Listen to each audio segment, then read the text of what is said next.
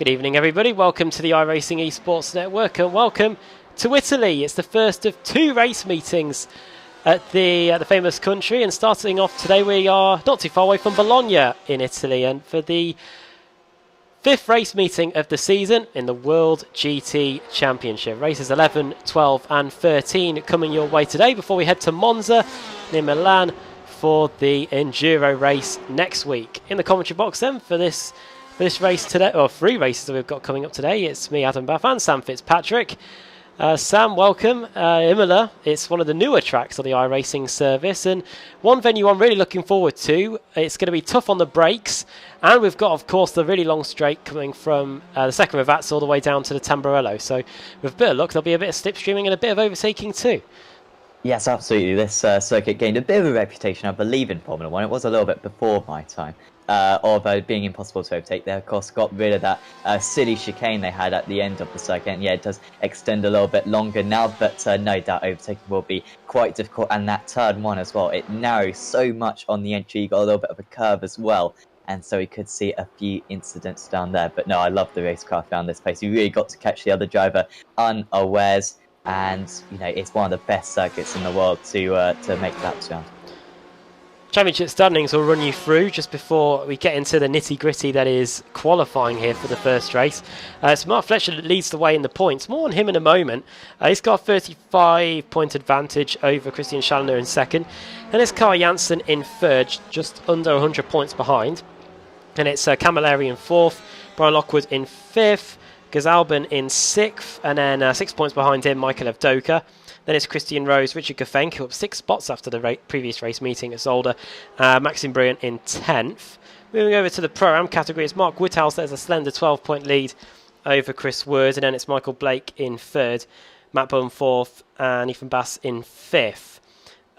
Interestingly, it's two teammates at the top two in the Pro-Am category. And then moving over to the team standings, no surprises really to see Radicals Online Motaf leading the way there. Then it's KC Racing Esports in second. Radicals Online Turn Racing down 2 places to third. They were championship leaders. They're now in third, just 42 points behind. So really, that is incredibly tight in the team standings. And then it's TX3 by Thrustmaster, TechSense Fitstyle Motorsport in fifth, just 153 points, by the way, covering the top 5. And then it's CQR Club in 6th, and then Team Mad and Nomad Sim Racing Y, a Pro-Am team and a Pro team, both joint 7th on 592 points. So quite a lot of battles going on in the team's championship too. And believe it or not, I believe Ash Sutton is actually top of the safest driver standings. However, he only has started 2 races, so read that into that what you will. But Mark Fletcher, we just mentioned him at the beginning of this. Sam, not here today. Probably got a good reason for it though. I don't want him going beyond the call of duty, but he is ill today. Yes, that's that chronic illness to racing car drivers, that is being ill. So poor him. And he's going to miss this round. 15 rounds this season, or 15 meetings. He can drop 1 of them. And so far, Mark has been absolutely superb this season. And so I think as long as he can put together some good rounds going to the end of the season, he's still going to have a very good chance at the championship. But it almost guarantees that we're going to have Challener or Janssen, or maybe even Camilleri as well, top of the championship in terms of the pure points at least, coming out to this round. So a fantastic opportunity for them. And yeah, Fletcher will hopefully be watching the stream right now. If he is, then you know, I imagine he will be wishing some more ill, not just on himself, but on his rivals as well. So qualifying going on at the moment, about halfway through. The first runs have been completed. If we can get the best lap times up on the screen now, it's Brian Lockwood that leads the way, 1:36.996. The only driver to get into the 1:36s, as most of the field comes back to the pits. We have got Jerome Kaiser on a hot lap. Yeah, oh, well, he was on a hot lap. He's crashed on the exit of the Ravazza, which means we'll pick up Pete Newman in the CQR PNM with Lizard. He's coming to the line now. We've got the new paints as well for this week. He's going to cross the line. He was P22. He improves, but he stays P22 with a 38.442 there. So decent lap from him. And as you can see, the top 10, most of them are coming back out onto the circuit, getting their out laps done and getting ready to go again. It is one of the shorter laps on the calendar here, just over 90 seconds. When Formula 1 came here, it was 62 laps or so around here. So it's pretty quick around here, especially with the Variante Bassa chicane removed. It is a straight out blast from Ravazza down to Tamburello. It does mean that the Tamburello chicane is more of an overtaking point than it was when Formula 1 last raced here back in 2006. So looking forward to this one. World Touring Cars was pretty good here back in the day. And hopefully the TCR series will come here too when that series gets up and running in a couple of weeks when the new build is set to land. Apparently, I believe the TCR car is meant to be arriving, but yeah, that's the state of play as Brian Lockwood, the pole sitter, provisional pole sitter Sam, comes out to start an outlap. Yes, as one of the admins of a TCR series, I'm desperately hoping that it does come out in the next build. Will be very exciting, along with Barcelona. Should be joining it, which should be very interesting. It will be great to see that track on iRacing, of course. So yeah, Challeneur, great opportunity for him to maybe take the top of the point standing. It's currently Lockwood. Lockwood doing a really good job there in second place. Good, thank you in third. Just a little bit of a reminder that some of the drivers will not be setting qualifying times because they got some penalties, and there were a couple of incidents last week at Zolder. Good grief, so those drivers yeah. will be able to have to start from the back of the pack. And yeah, could hinder your race one, but of course it's so important for these drivers, and I always bang on about it, but get into the top 20, you're giving yourself a good chance of getting in the reverse grid, and then from that point onwards your day can take a very upwards turn, as Christian Challeneur is doing here as he comes up out of the pits of the circuits. And yeah, is back on his way. So easy to pick up a 1x there as well. Then you'll see coming out of this point, you go right over to the right side of the circuit. Use maybe a little bit of that tarmac, but I mean, you've got to push it all the way to where iRacing allows you on the exit of that one. And then, of course, the braking down into Ravazza is ever so difficult downhill, and also narrows quite a bit through the second parts. Decent lap at this from Challeneur. Will it be good enough for to improve his current position of P6? Let's find out. He's currently in P6. A green box there in Sector 2. Timing line comes up at you here. And is it an improvement? It is not. A 1:38.046 keeps him in 6th place for now, which means we can now cut to Brian Lockwood, who is on a hot lap. He is coming into the Villeneuve chicane.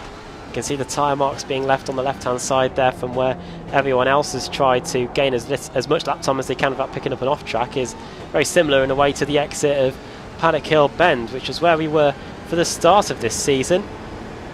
2 races in the UK, Brands and Snetterton. Then we had our Enduro at Belle Isle in Detroit, had a week's break, came back for Zolder last week, and now we're into Italy. For 2 race meetings here at Imola and then off to Monza next week. Let's cut away from the car. Look at Brian Lockwood. He's coming into the Variante Alta now. As Carl Janssen puts his car into P2 with a 37.087. That is not too far away from Brian Lockwood's time. Modern Moon's putting in some PBs there. You can see from the green boxes at the bottom, he goes from 37th up to 36th. Some green boxes for Brian Lockwood too. So we're going to see if he's going to be able to improve on his 36.996. For the final corner he goes. Just the run to the line to go. I wonder if we'll have a few photo finishes here. It's not too uncommon to have that. So over the line goes Brian Lockwood. It's going to be very close. And it is an improvement. 36.965. A couple of hundredths in it. And it means that he nearly has nearly a tenth of a second in hand over Carl Janssen now. I mean, it's so close in this series, isn't it? Lockwood got pole position, certainly at Monza, at Zolder last time out. I think he may have even got a pole position or 2 elsewhere as well this season. Goes back to the pits. The drivers are allowed to tow back and then get back out on the circuit nice and quickly. And of course, towing in qualifying doesn't cost you any time. And so I imagine he'll try to go for 1 more lap if he's got time. Lewis Bibby, who's been promoted to a pro driver, was leading the AM standings, I believe. Also means that Pitstone Motorsport are now a pro team.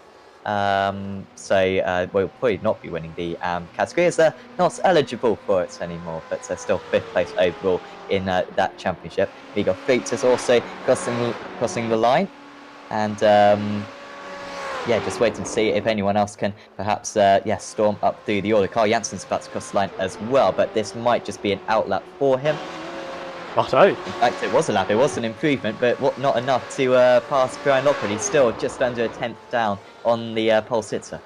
Just looking at the timing screen, and with us, with how it works, if you're over a second behind, the gap is in white, and the closer you get, it gets more into red, and it's literally just a sea of red. Everybody is about a tenth or less than that apart from one another. That is what we're getting here at Imola, and you can see from the best lap times on the timing tower just how close it is. Carl Janssen in the 37s all the way down to Matt Bunn in 20th. They are all in the 37s, so quite a very decent amount of time between those guys. And Janssen, I'd be surprised if he's going for another quick lap here. Ben Gregory setting a few green boxes. He's up to 23rd with that, a 38.243. If you look at the track map, Lewis Bibby's back at it again. No, he's not. He's coming into the pits. What about the man behind him, Laszlo Kotrox? We heard from him a couple of weeks ago on the broadcast. Let's see how he's going to do here. Let's see whether he can improve on a 37.2. It is an improvement, I think. He's managed to leapfrog Lewis Bibby up into 5th, 37.245. Yes, he has. So up into the top 5 goes the Porsche. And with not long left in the session, not too long for many of these guys to get an improvement in. Carl Janssen's into the pits. Look at that. Backing it in. Wasn't able to get it done this time. That was an Enduro. That would have been a massive moment of comedy. But fortunately for him, it isn't. And that is the end of his qualifying session. Which means pretty much the only driver that can stop Brian Lockwood is Michael Evdoka. He's coming up to the top of the hill now into the Variante Alta. We're going to see if he can dethrone any of those two from the front row of the grid. It is worth noting that Josh Thompson is here, but under the rules, he is starting at the back of the grid because of what may have happened at Azolda last week, as into the final 2 corners comes Evdoka now, Sam. Yes, I don't exactly know what Josh did, and I don't know what the other drivers did, but there are a few of them who have been very naughty people, and unfortunately cannot set a qualifying time. Talking to you, a bit of an unusual line. I assume this is going to be an outlap then, as he crosses the line, and is going to go for a fast up, and yes, it was at least invalidated. So it all comes down to this for Michael Evdoka. Of course, these drivers can complete the lap that they start. It's not a official series, this is a league series, and so yeah, they have a little bit more time to set a lap. And Evdoka in that very difficult to tell which car is the fastest around here. Maybe the BMW seems to work well with the bumps and the curbs, is what I've heard, and certainly there are quite a few of them around this circuit. But the Ferrari as well, good down the straights, and also pretty good around the slow speed corners as well. Evdoka seemingly picking up a 1x there, and that's going to be the end of his qualifying session. Somebody is on a lap, and they are a pro driver, just trying to work out who they are. I think it's this guy. Yes, it is. It's Arthur LeHook in the TX3 by Thrustmaster car. Let's see if he can get a lap in. He's arrived just in time to get one done, and the World Championship driver comes across the line and does... Oh, wow, 37.011. Talk about leaving it late. He's able to pip Carl Janssen to that second spot, and very nearly took Brian Lockwood off the P1 as well. I mean, if he got pole there, you know, give him the championship trophy right now. I mean, that was a good effort from Arthur LeHook. I mean, if he'd run wide going out of that final corner, picked up an instant point, he would have been starting down in probably 45th position. Instead, he's starting in 2nd place, and he'll be very relieved about that one. Superb driving under pressure. Brandon Tabone is still out there. Also, Stephen Baxwell, surely he didn't cross the line in time. Also, Danny Henney. All these drivers, they seem to be pushing along, so maybe they are on lap still. Ben Gregory currently in 27th, and he stays in 27th, seemingly. Yeah, 1,000th of a second slower than his PB. Dave Baker, 24th place. Here he is. Former BSRTC champion, comes across the line and does a 1 minute... Slower. And it may have been invalidated as well. I didn't see a lap time appear from that. So Arthur LeHook, one of the two. Yeah, he's on his way back to the pits with a very decent job. I think he crossed the line after the checker flag came out, so I don't think we're going to be seeing any more heroics from him here. And even if it was, it's going to be slower. What a moment for him there. Yes, indeed. So session advances, and we can get the grid up for you now and run you through how they're all going to line up for the first race of the day. Reminder, 3 20-minute races with a reverse grid thrown in there for race 2 and race 3 as well. So it's going to get pretty interesting out there on a track where it is pretty narrow. You can see here from the scenic shots just that. Brian Lockwood starts on the pole position. Arthur Lehoucq starting in second, the Frenchman. Carl Janssen in P3, just 95 thousandths of a second, covering the top three. Then it's Michael Evdoka in fourth, Richard Kofencu, the Romanian, in fifth, and then Laszlo Kotrox in sixth from Hungary. Lewis Bibby in seventh, then it's Christian Challoner in eighth, Nicholas Helm in ninth, and Ross McFarlane in 10th. 11th, Pete Harrods, 12th, Christian Rose. 13th place on the grid is Ben Hackerson. Then it's Chris Daines, Ben Palmer, Miguel Freitas, Brandon Tabone there in 17th, and then it's the first of the Pro-Am drivers in Jason Dilworth. Steve Baxter starting in 19th, and Jack McIntyre completing the top 20, just a second covering the top 20 cars. 21st for Jake Blackhall, the Aussie. Matt Bunn starting in 22nd. Then it's Daniel McCauley. Then Dave Baker in 24th. Danny Henney in 25th. Then Mark Woodhouse, Ben Gregory, Chris Wood in 28th place.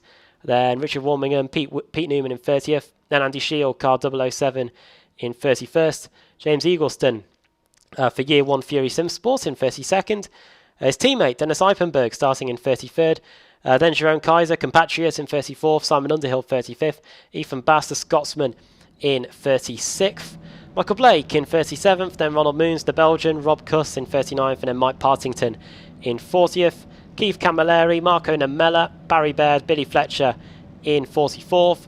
45th, Everard Radbridger. Ashley Blake Could in 46th. Chaz Dracos in 47th. Mike Gray in 48th. 49th, Thibaut Gazalban. And Josh Thompson starting in 50th. We've got 48 cars on the grid. Thibaut Gazalban and Josh Thompson haven't appeared yet, which makes me wonder whether they're either going to take part at all or they're starting from the pit lane. One of the two. But 48 cars, Sam. Some of them not setting qualifying times because of back of the grid penalties. Begin the very short pace lap. I say pace lap, it's about a pace sector. And then we're going to go racing. Yes, thanks iRacing for having such a short pace lap. It is significantly better than Road America, it's safe to say, which has a full pace lap, but no, these modern circuits certainly have nailed it. But no, should be an awesome race. This start going to be very important, and Lockwood usually solid out in the lead. He's certainly the favourite, just needs to make sure he gets that launch away from the rest of the drivers, and then he should have a very good chance from that very wide BMW M8. Here we go then. It is a long, long way to the green lights, I believe. We either get it here or we get it at the actual start line, which is a bit further along. Away goes Brian Lockwood. Here we go. We're going to get the racing underway. Over the timing line they go, but the green lights don't come on until they get to this bit here. There we go. We're racing at Imola for the first time tonight. First of 3 races, and you can see straight away Carl Janssen trying to get second place going into the Tamburello chicane, and he has got it. So straight away, Janssen into second position, Arthur Lehoucq down to third place in the TX3 by Thrustmaster car. And it looks like for the most part, everyone, no, I spoke too soon. Watch out, everybody. Into the wall goes Steve Baxter. Fortunately, everybody misses him. There was a CQR car around in the middle of the field before that even took place. That was Ben Hackerson, sorry, in the Radicals Online Motoff car. He's managed to get going without being T-boned by anybody else. And as they go through Toaster and up Piratella for the first time, it's Lockwood that remains in the lead. Janssen second. Arthur Lehoucq in third. And it's Ivdoka, Laszlo Kotrox, Gafencu, Bibby, Challoner, Helm. And Chris Daines dropping down the order too, Sam. Yes, oh, that must be a slowdown, I think, for Chris Daines. Such a shame, because he gained 2 places actually on the start, as we got a Ford stuck in the middle of the circuit, and he got hit by someone into the wall. Jack McIntyre for V-Racer, so not a good start for V-Racer with, I think Baxter was his teammate who got spun round. So a shame for those guys. And out in the front, at least, Janssen up 1 place. Also, a little bit of a couple more issues for Eipenberg, I think, just dropping down the order. And Mike Gray as well, perhaps getting involved in something. So I think a few drivers just getting pushed off, maybe getting slowdowns as well. And it's just caused a little bit of chaos. But certainly much better than we saw last week, as we've got more incidents. Yeah, that's Mike Gray, I think, in the XVR Sim Racing car. There's Ashley Blake Could there as well. He's in the unmistakable all-pink Simortal Smile Time car. Not too sure how much damage he's got to his car, but as they come across the line to complete the opening lap, it's Lockwood that has the early advantage. Then it's Carl Janssen in second, Lehoucq in third, Evdoka fourth. Then it's Kotrox, Gafencu, Bibby, Challoner, Helm and McFarlane. You can see who's gained the most positions out of the top 20. Matt Bunce had a fantastic start, 17 places gained. One thing that will help many of these drivers who have had issues at the start, if they've picked up any damage, is that they do have a fast repair. So if you get back to the pits under your own steam, you can get a brand new car and get on your way again. As one of the Radicals Online cars goes very wide through the Villeneuve chicane, it was Laszlo Kotrox, but no harm, no foul. He's able to carry on in that P5, and Janssen, he's closing right onto the back of Lockwood already. This is the beginning of what we can expect to be a fantastic duel between the two BMWs, which look right at home at this Imola circuit. Yeah, Janssen was embroiled in a superb battle at Belle Isle earlier on in the season. Alongside Mark Fletcher, of course, and he managed to eventually make the move there. Difficult to tell whether this circuit is easier or harder to overtake ground, but what Janssen has got is that he was certainly very strong in qualifying. Usually struggles a little bit in qualifying, but much stronger today, and he's ever so good at being able to track the tyre checks of the driver ahead, and you can see he's on the prowl. He's going to pick up on any mistake that the current race leader makes. But Lockwood holding stern at the moment. He knows what to do. He just knows that he's got to hit his spots. And these two starting to pull away from the rest of the field. But Janssen certainly right in the slipstream now. Yeah, we're going to see how good the slipstream is here as we come across the line to complete the second lap. And immediately Lockwood is darting about all over the place. He's trying to disrupt the toe. He's going to cover the inside line, which is probably wise. Fastest lap of the race by Janssen as well. It's all going to be about less than late breakers. And it's Lockwood that is the last of the late breakers and has the inside line as well. And he's just about able to hold on to his advantage. Janssen trying to set him up on the exit of the Tamburello, but he's not going to be able to get by at all. You've really got to be alongside if you want to get a move done into Villeneuve. Otherwise, both of you will be off. And a fantastic scrap between these guys right from the get-go. Right, let's see if we can have a look quickly.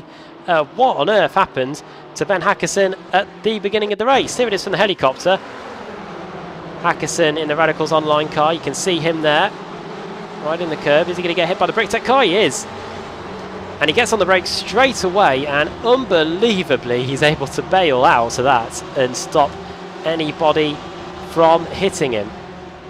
Credit to him on that one. I think we saw a couple of seasons ago when we were running GT3s in this league. I think we saw a Basin incident on lap 1, but that time we had a bit of a pilot up. That time, yeah, super good to straight away get off the racing line, really impressive. This is what happened to Baxter then, so I guess he just got caught up in this one way or another. Yeah, just the Nomad car, maybe understaying a little bit into him, trying to avoid the mess himself, and Baxter unfortunately got very much involved in that one and had to tow back to the pit, so safe to say he will not be eligible for the Versco for the next race. Right. That was conveniently timed. They're back at it again as they come out of the Ravazza back onto the front straight. It is Lockwood versus Janssen again as they come across the line.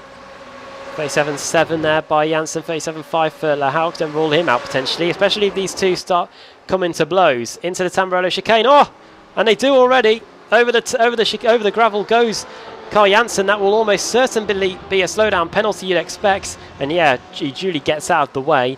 And through into second place goes Arthur Lahauk in the TX3 by Thrustmaster car. We just said there, Sam, that he was waiting to take advantage, and they have a little bit of a knock between the two, Lockwood and Janssen, and the TX3 by Thrustmaster car takes full advantage, and up into second place he goes. Yeah, and that's the difficulty of overtaking at turn 1. If you fend the inside line, then you're going to have to go to the outside, obviously, and you're putting so much faith into the driver on the inside because they've got every opportunity just to smash you off the circuit. Not to say that Brian Lockwood did that necessarily, but of course, getting two cars side by side through that corner, ever so difficult to do, and all of a sudden it's Lahook now on the charge. Also gets Abdoka and Kotchok's a little bit involved as well in 4th and 5th place, and you can lose so much time around this track if you start battling one another, defending unnecessarily perhaps into corners, going side by side into a few corners, really kills your momentum, and the drivers are so evenly matched there. If they start fighting these top two, we could have potentially maybe even a 10-car train. Into the Ravazza we go again. We do hope to cover everybody in the field, but as you can see from the intervals, everybody is just so closely matched. It is the power of this Imola circuit. If you can just stay within about half a second of the car in front of you and then you get onto this front straight, you'll be able to tow right back up to them. It's a bit of a concertina here. Over the line we go. It's Lockwood, but this time it's Lahauk trying to get by. Let's see if the TX3 by Thrustmaster car can do what Carl Janssen couldn't. He's alongside, he brakes late, but Lockwood has that inside line. There's enough space given. He bounces over the curbs. They hit each other. Carl Janssen's going to arrive on the scene now. Do we dare go free wide? We are going to go free wide. Who's going to come out on top here? It's going to be... Oh, no, please, guys. No. No. Oh, they're all out. And Michael Avdoka takes the lead. I did not expect that from these guys. These are supposed to be some of the best in the business. And Michael Avdoka leads and Laszlo Kotchoks is up into second, Sam. I mean... when that was setting up, you thought, nah, this ain't gonna happen. It happened, and all three of them have absolutely wrecked their races. So to say, Le Hook is falling way down the order. I don't know if he got significant damage in that, but I mean, just yeah. I mean, I was saying how 2 wide is difficult. They went 3 wide in the widest card pretty much in all of iRacing, and that's what happens in Maglev Docker. I mean, not many times in your entire iRacing career do you get a opportunity like this where the top 3 drivers all take one another out. Well, that's what's happened to him, and he leads with Laszlo Kochuk then right behind him. Janssen drops down to 5th place, Lockwood in 6th, and like I said, the other driver, Le Hook, well out of the mix now. He's outside the top 40, in fact, so won't even be within the reverse grid. Well, credit to them at this point. They were both able to stay onto the circuit. A little bit of a knock there, but that's all fine in the World GT Championship. We expect that. Then Janssen threads the needle up the middle. Surely you'd thought Lockwood may have had to have bailed at that point. Then it's the contact between them, and it's definitely Arthur that comes off the worst for wear there. Front splitter completely gone old dear, and that's a bad rejoin as well. Right into the path of one of the... I think that may have been... Oh dear me, I think it was... it may have even been Christian Schalliner. Yes, it was, in the Radicals Online car. He's had to come back to the pits because of that. Carl Janssen into pit lane 2. So a few sufferers there in that whole mess at the Villeneuve chicane.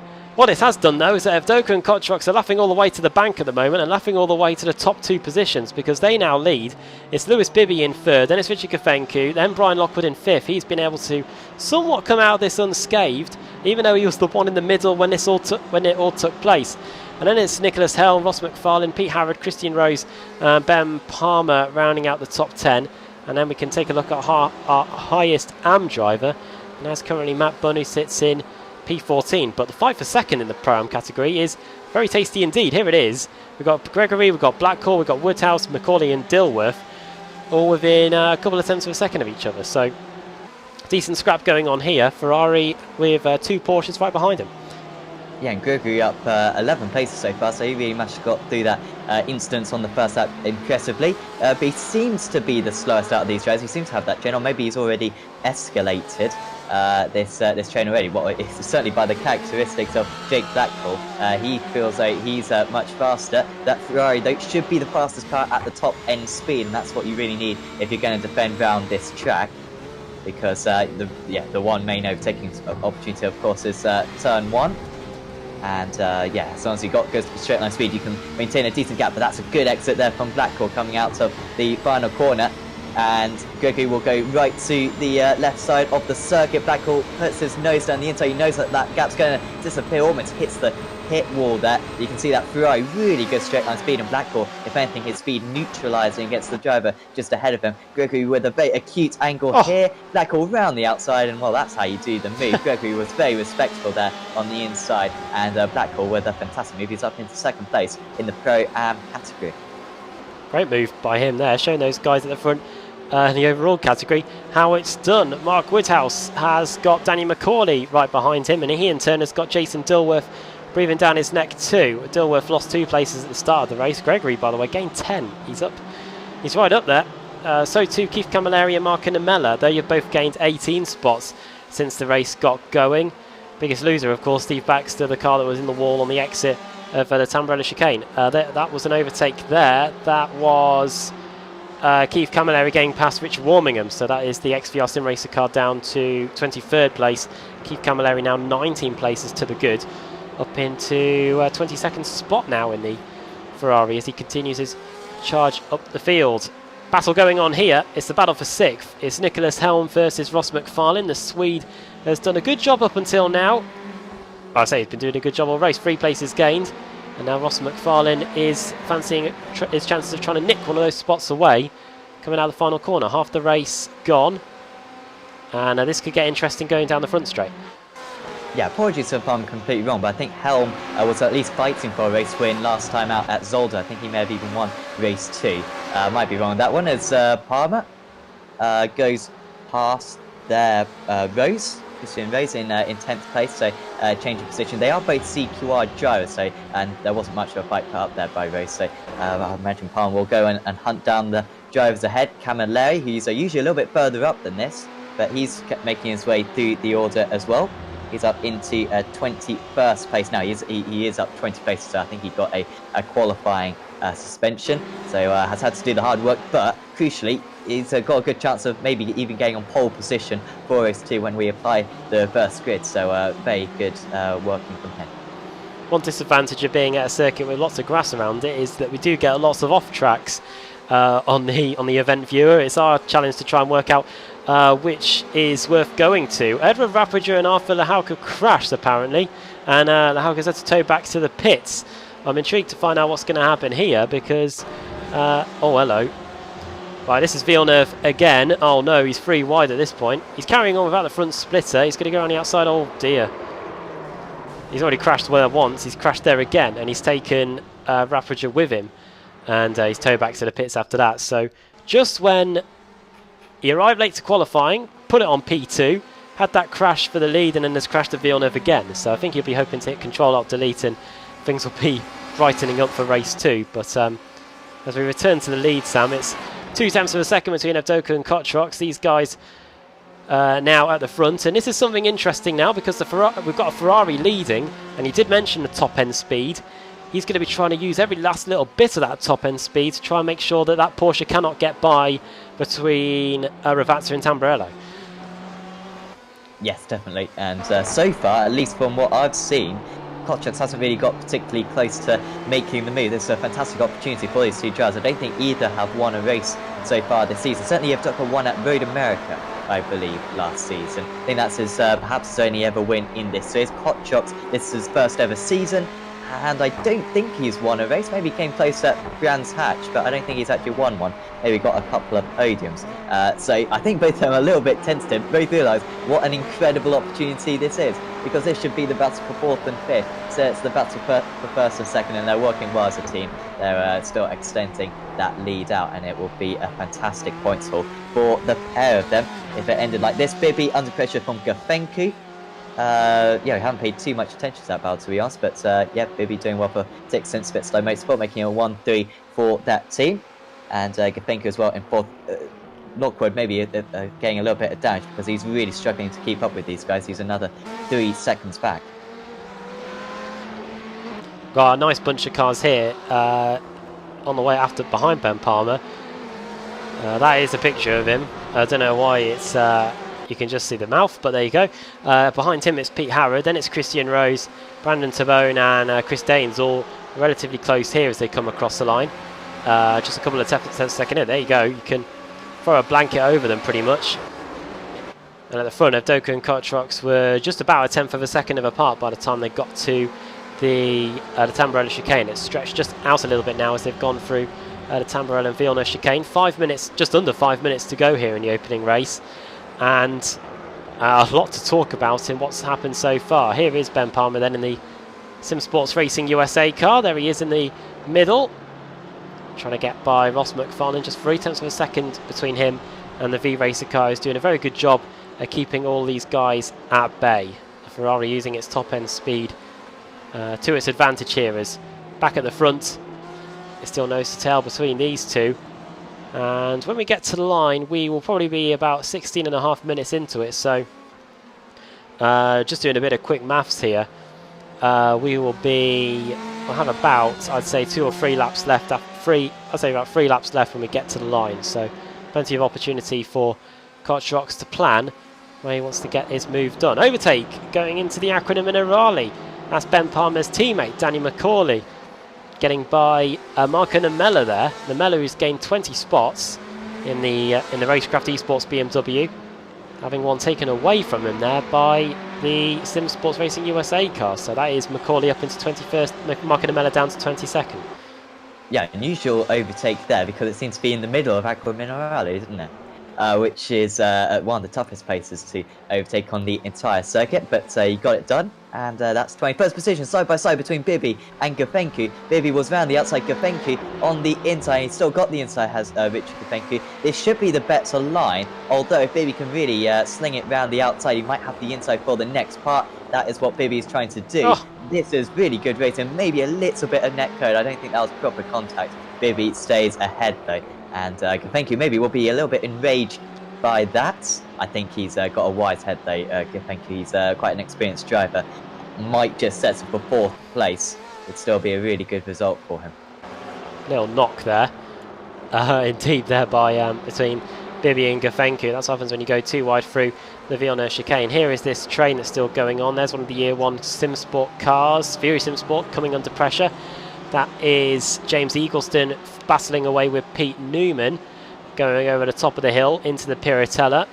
Let's see if Newman can get the move done. He's late on the brakes. The Ferrari goes through.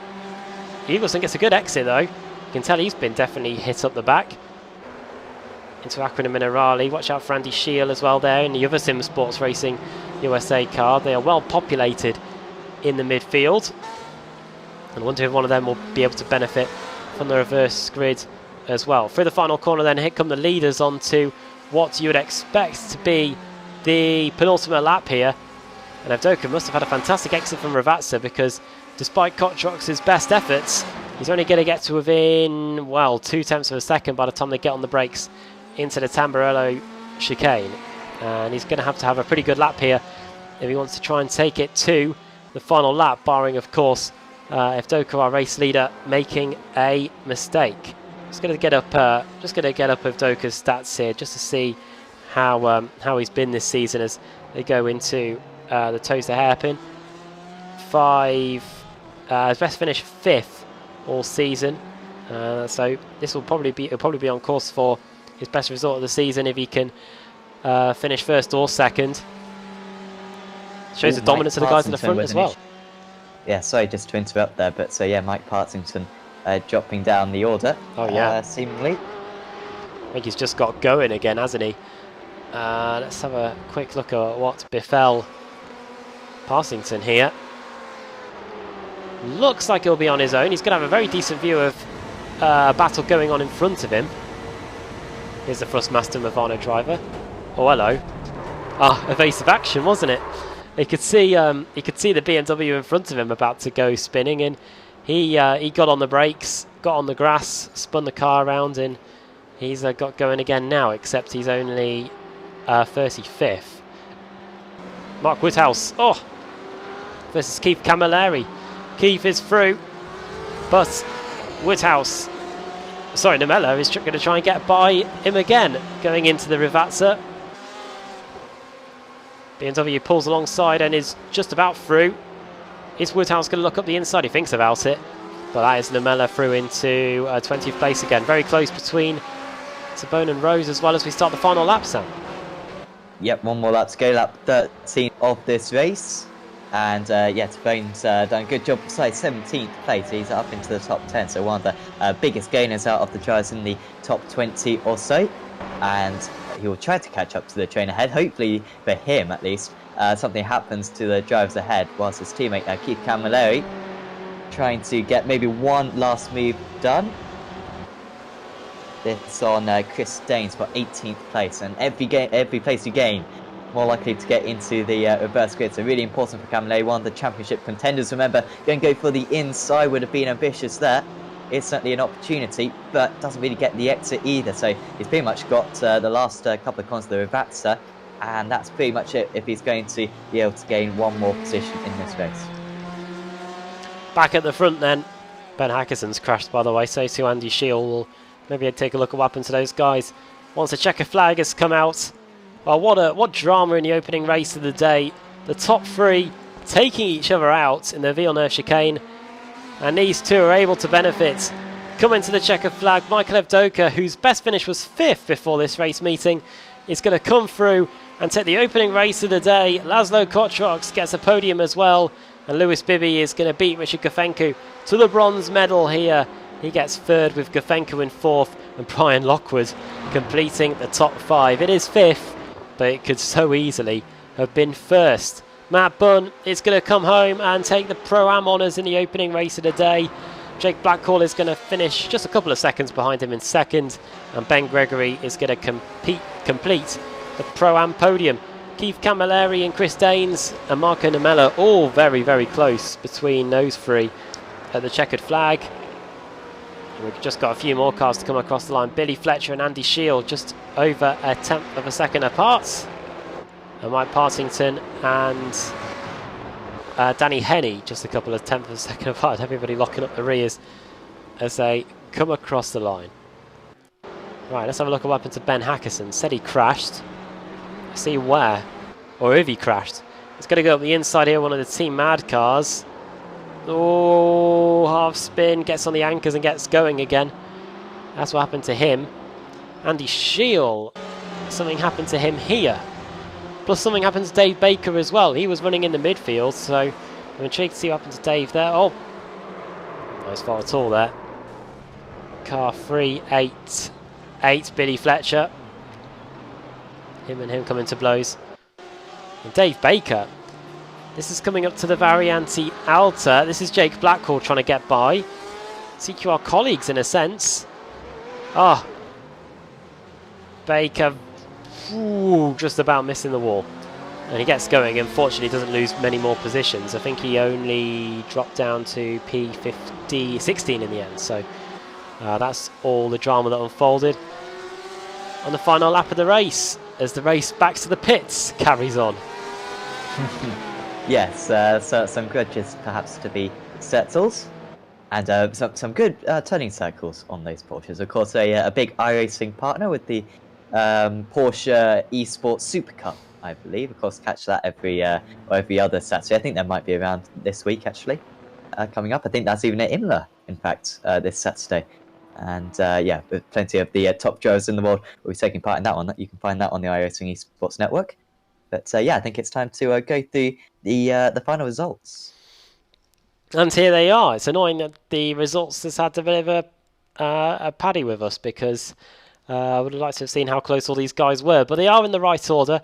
Michael Evdoka takes the first race of the day. Laszlo Kotrox in second. Lewis Bibby completing the podium. Richard Gafenku in fourth. Brian Lockwood in fifth. Nicholas Helm in sixth. Ross McFarlane seventh. Then Ben Palmer. Pete Harrod in ninth. And Brandon Tabone completing the top 10. Christian Rose in 11th. 12th, Miguel Freitas. And then it's the top three in the Pro-Am category. Is a CQR GT 1-2 in that class as well, with Matt Bunn, Jake Blackhall and Ben Gregory. Then it's Dave Baker in 16th place. 17th for Jason Dilworth. Then Chris Daines in P18. 19th for Keith Camilleri. Then Marco Namella, Mark Woodhouse, Chris Wood and Richard Warmingham, 21st, 22nd and 23rd. Then it's Danny McCauley, Pete Newman, James Eagleston in 26th. Then Simon Underhill. Then Andy Shield, Billy Fletcher, Jerome Kaiser, Ethan Bass there in 31st. Then it's Carl Janssen all the way down in 32nd spot. Ben Hackerson in 33rd, Danny Henney, Mike Partington, Michael Blake in 36th, then Chaz Draycott, Ronald Moons, then Ashley Blake Hood, Barry Baird, Christian Challoner, Rob Cuss, Edward Rappager, Jack McIntyre, Dennis Eipenberg, Steve Baxter had that big crash, and then the cars that didn't finish. Arthur Lahawk having 2 moments at the Villeneuve chicane. Mike Gray, 9 laps down, Tim Albin and Josh Thompson, 49th and 50th, both of them didn't take the start. Right then, it is time for the first reverse grid wheel spin of the day. Looking forward to this one. We've seen so far tonight that there is plenty of close quarter racing going on at Imola. So this reverse grid could be crucial for quite a lot of these guys' races, including the guys in the championship fights, the likes of Carl Janssen and whatnot. They are in need of a helpful reverse grid, because they want to be back in the mix after a disaster down at the Villeneuve chicane when they were fighting for the lead. The reverse grid wheel is going to be up in a second.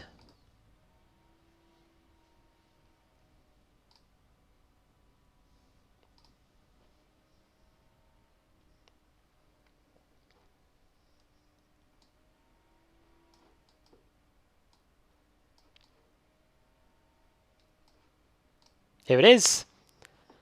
And we are going to spin it now. Find out who's going to be on pole for race 2 here at Imola in the World GT Championship. Let's spin the wheel.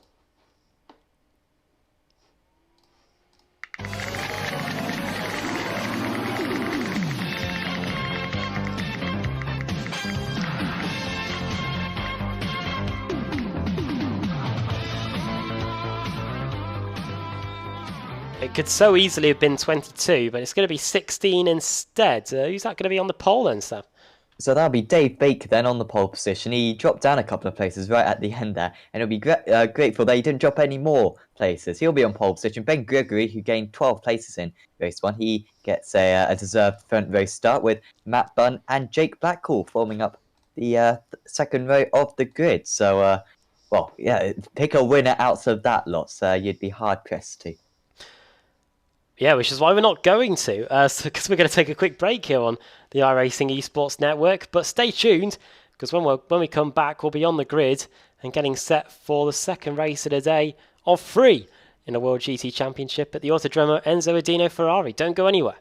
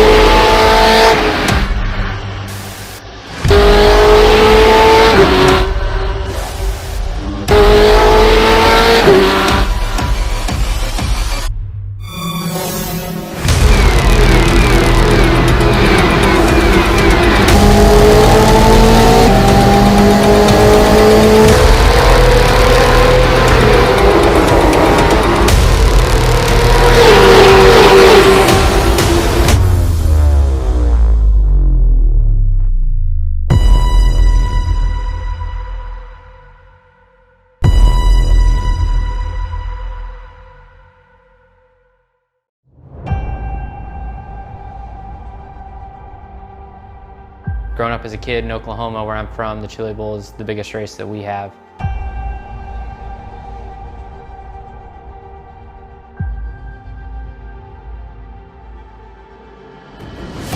The Chili Bowl has kind of been my favorite race of the year.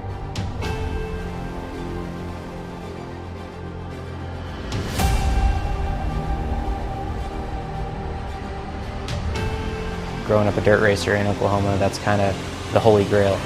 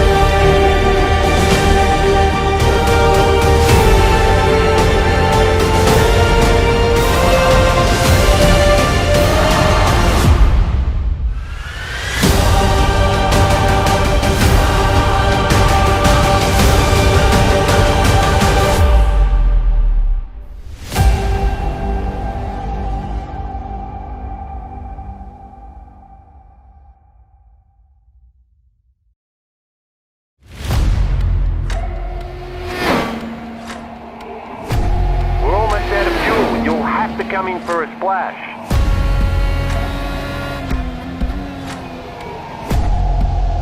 3, 2, 1, now.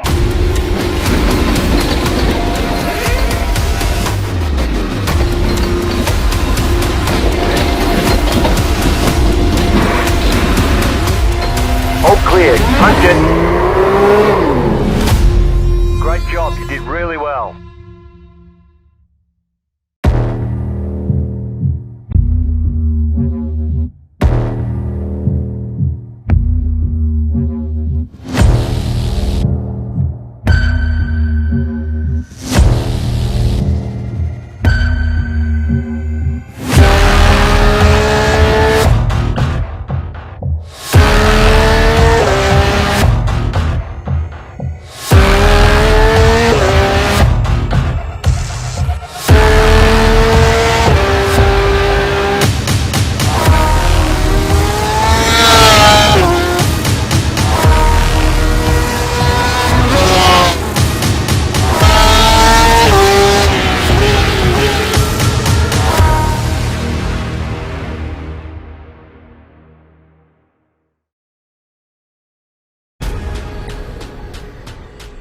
The most realistic online racing sim ever made.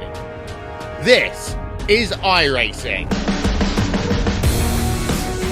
Detailed laser scan tracks, fully dynamic real world cars, and over 50 series to choose from.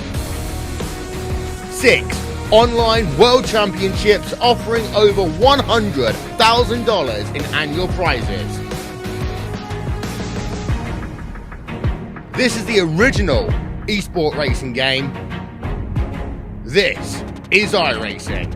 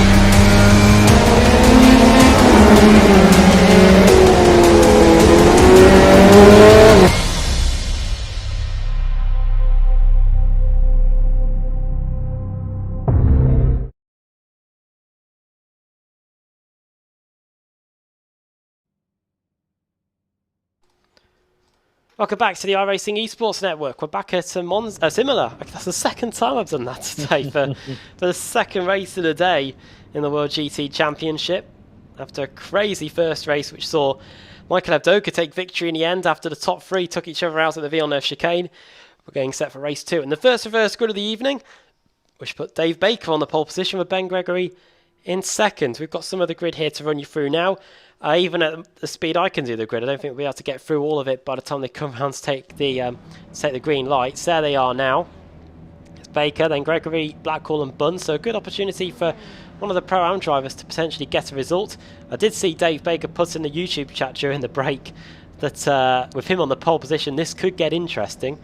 Brandon DeBone 7th, Pete Harrod 8th, Ben Palmer 9th, Ross McFarlane 10th. Brian Lockwood starting in 12th place. He was in the lead before it all really kicked off. Started on the pole position as well. Then we've got the likes of Laszlo Kotrox and Michael Avdoka, the top two at the end of race 1. Finished starting 15th and 16th. And the rest of the field slowly filtering through. Cars starting from the pit lane, Billy Fletcher and Mike Gray. Those two starting from the pits. Technical issues for Thompson, I think I saw on the YouTube chat. Let's go back and double check that. But as the rest of the field comes through, before we get, we couldn't do a prediction before we went to the break, Sam. But a quick one from you before we get going. Oh, putting the pressure on me now. Oh dear. I'll go Dave Baker. I'll go safe option. Pole sitter Bosch. He'll hang on to it for the entire race. See if he can do it then. And he's going to go straight away. He's left Ben Gregory napping. And he's going to get swamped by everybody else. Green lights are going to go on now. And we're racing at Imola for the second race today in the World GT Championship. Ben Gregory is just about able to hold on to his second position. What about everybody else? Into the Tamburello we go. Hopefully everybody gets through. Looks like for the most part everyone has. No one's spinning around like we saw with Ben Haxton at the beginning. Oh, no, I spoke too soon. Around goes one of the Racecraft Esports cars, Year 1 Fury Sim Sport, trying to get by 2. Team Mazmok Woodhouse is around there. He is just trying to work out who it was that we saw going around before all that kicked off. I think it may have been Namella, yeah, Marco Namella. Yeah, it was Brian Lockwood's teammate. Yeah, so it would have been Marco Namella. He's gone around. And cheers, and he's now down to 43rd place. But it looks like for the most part, he's managed to survive without picking up too much damage. Yes, still very much got that Racecraft Esports logo on his car, but out in the lead. Leading the way is Dave Baker, and they are starting to get into single file. Good start for Palmer. He's up 1 place. No changes in the top 7, by the way. Lockwood up 2 places, up into 10. Hit Harrod down 3 places into 11th. McFarlane down a couple of places as well. Bibby down 3 places into 17th. Janssen, really good stuff, heading from 32nd to 25th already. So good start for the defending champion. Also good start for Arthur LeHook as well. He's up 10 places, but very far down the order from his gridding place. And 1 lap in the books, and this couldn't have gone much better for Dave Baker. But you can see Gregory edging closer, just gets a waft of that slipstream, and that's enough to really help him along, gains a couple of tenths just down the pit straight. Yeah, 7 tenths of a second advantage for Baker going into the Tamburello chicane. Gregory in his Ferrari. I wonder if as the race progresses, we might be able to see the straight line speed of that come to fruition. But these CQR cars at the front are so brilliantly set up. We see that now in most of the series that we cover, both on the iRacing Esports Network and on ApexRacingTV as well. Close battle going on here. Brian Lockwood going to swoop around the outside there of Ben Palmer. Or is that Ben Palmer trying to get the move done on Brian Lockwood? I think it is Lockwood trying to get by. And it looks like Lockwood has got by Helm, I should say. Yeah, Brian Lockwood through into 9th. And Nicholas Helm down to 10th. Next up on Lockwood's list is Ben Palmer. You can see the BMW in front of him as he goes into Acqua Minerale now. And then after that's the Ferrari of Brandon Tabone, who didn't have the best exit there. It could be under pressure going into the Variante Alto as we look from the back of the Ferrari. Yeah, Lockwood having a really good run. Of course, he got caught up in that instant in race 1 when he started on pole position and had 3 wide going into the Villeneuve chicane. Certainly watch it back after this broadcast if you haven't seen it. About 6 minutes into the opening race of the day. but he's having a good recovery at the moment. It's no doubt he's one of the fastest drivers out of this kind of top 10 pack or so. But whilst everyone else has got the slipstream one, we've seen this in the MP4-30, the Formula 1 car, with the DRS chains. It's a similar situation here. If you got the slipstream on the car ahead, then you're kind of fending yourself off from the car behind. And so whilst they're in a chain like this, it's really difficult to make a move, particularly around this Imola circuit.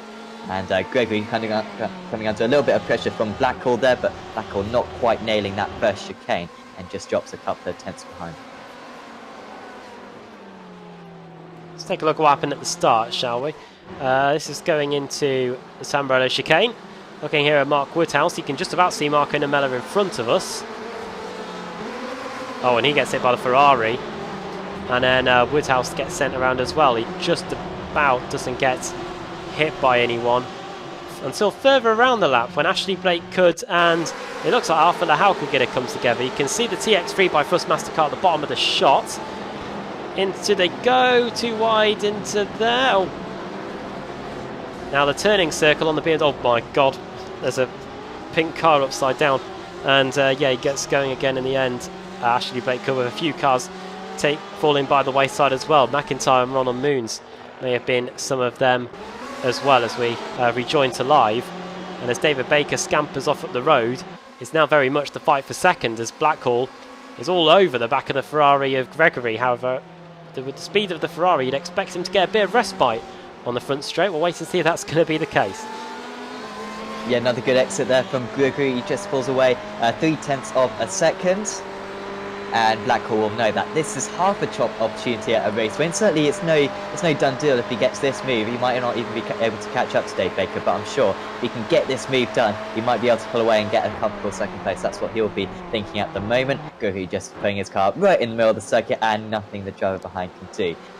Lockwood, has he just got past Palmer? He has, so he's up 4 places now from his start. Carl Jansen's up into 17th place, by the way. He's just taking off about 2 cars every single lap at the moment, and he's up 15 places from his start. There he is. Next up for him will be Keith Camillet, who Camillet wasn't the driver he got caught up in race 1, but Camillet is a very quick driver, and also Bibby as well, the 3rd place driver from race 1. So that'll be very interesting once he comes across those guys. A Brittech driver just behind and spinning round. It was Chris Daines, and just trying to go for the dummy there, but it's too narrow around that part of the circuit. I'm not sure if the driver ahead quite knew down Macaulay that he had a BMW on the inside of him. Oh. Tried, didn't he? Don't know if it was fully committed or not. But either way, that's helped Chris Daines. It's definitely come off worse for Daniel Macaulay out of all that. And they are able to carry on their way. Close battle there for, what was that? That was between Matt Bunn and Miguel Freitas going into the Ravazza. A few Pro-Am drivers all trying to get involved here. Look at this. To come out onto the front straight to complete another lap. It is nose to tail for about 4 or 5 cars there as they come across the line. Let's see if Christian Rose, which is the Porsche that we're looking at, is going to get passed by Brandon Tabone, who is in the supposedly quicker Ferrari. He's trying to get by on the outside, but no way through there. Carl Jansen, he is a coming. He puts in a new fastest lap of the race, a 38.4. Into the pits comes Ethan James Bass, the Brittech SimSport car, coming in for potentially a new car, and he'll carry on from there. Michael Evdoka, the race 1 winner, trying to his best to try and get by Richard Gofenko, and this is proving to be an interesting scrap with the pink mirrors. Yeah, trying to get the cut back. Could have maybe gone around the outside, but we've seen, if you do that, of course, you're very much at the whim of the driver. On the inside again, on the outside, Evdoka, and just try and get the cut back into every single one of these corners. Problem is, it's Gofenko's getting good exits at the moment, and every single corner can bend down the inside, and just no opportunity for Evdoka, not a long enough straight after it. But they are keeping up with the drivers ahead at least, so they're not losing too much time. And you feel as though something could really erupt here. Lockwood still in 8th place, hasn't been able to get past to Bone yet. Tabone, though, is lacking in slipstream from the drivers ahead, so if Lockwood's going to make this move, he's got to get it done soon. Otherwise, Tabone will inevitably catch up to those drivers ahead, and he will start getting slipstream, and it'll get 10 times harder for the pole sitter from race 1. Yeah, it's looking all right at the moment, though, and you could see, and you saw from the reverse grid that we had earlier what numbers it goes up to. We go up to 24. The smallest reverse grid it could be is 14. So that's the bracket that we're covering.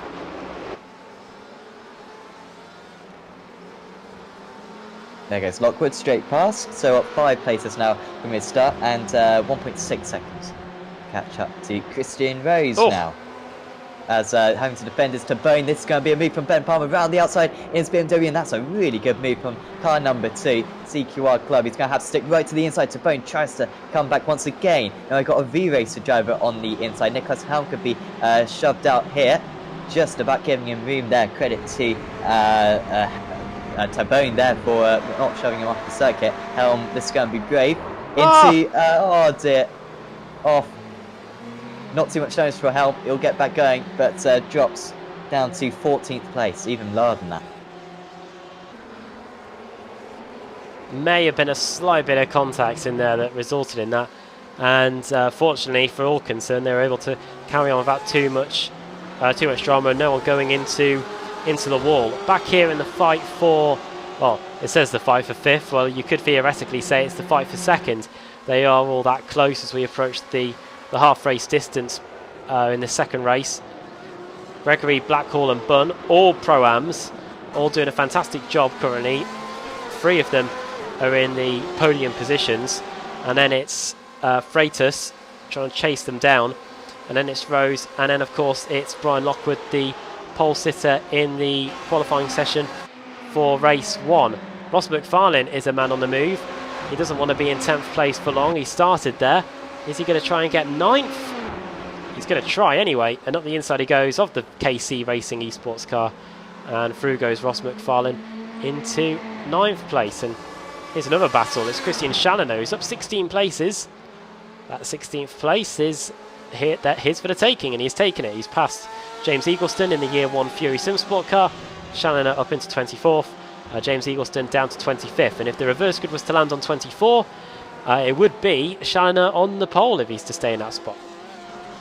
He was looking really good to maybe take the lead of the championship, was Challenot, going into this round with the championship leader not here today.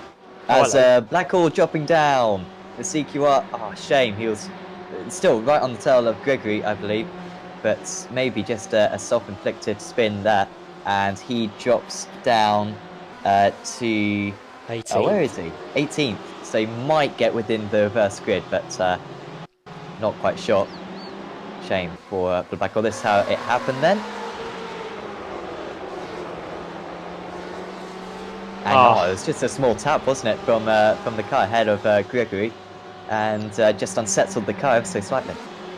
Fortunately for him, it was the tyre barrier that he hit, otherwise he would have inflicted a lot more damage. This track, as you can see, is surrounded by quite a lot of concrete walls. So you are going to have if you are going to have one around here, it could potentially be a big one. Fight for 3rd place is at stake. Ben Gregory has a relatively healthy advantage, but Matt Bunn is really starting to come under pressure here from Team Mad's Miguel Freitas. Freitas from Portugal, not too far away from Italy.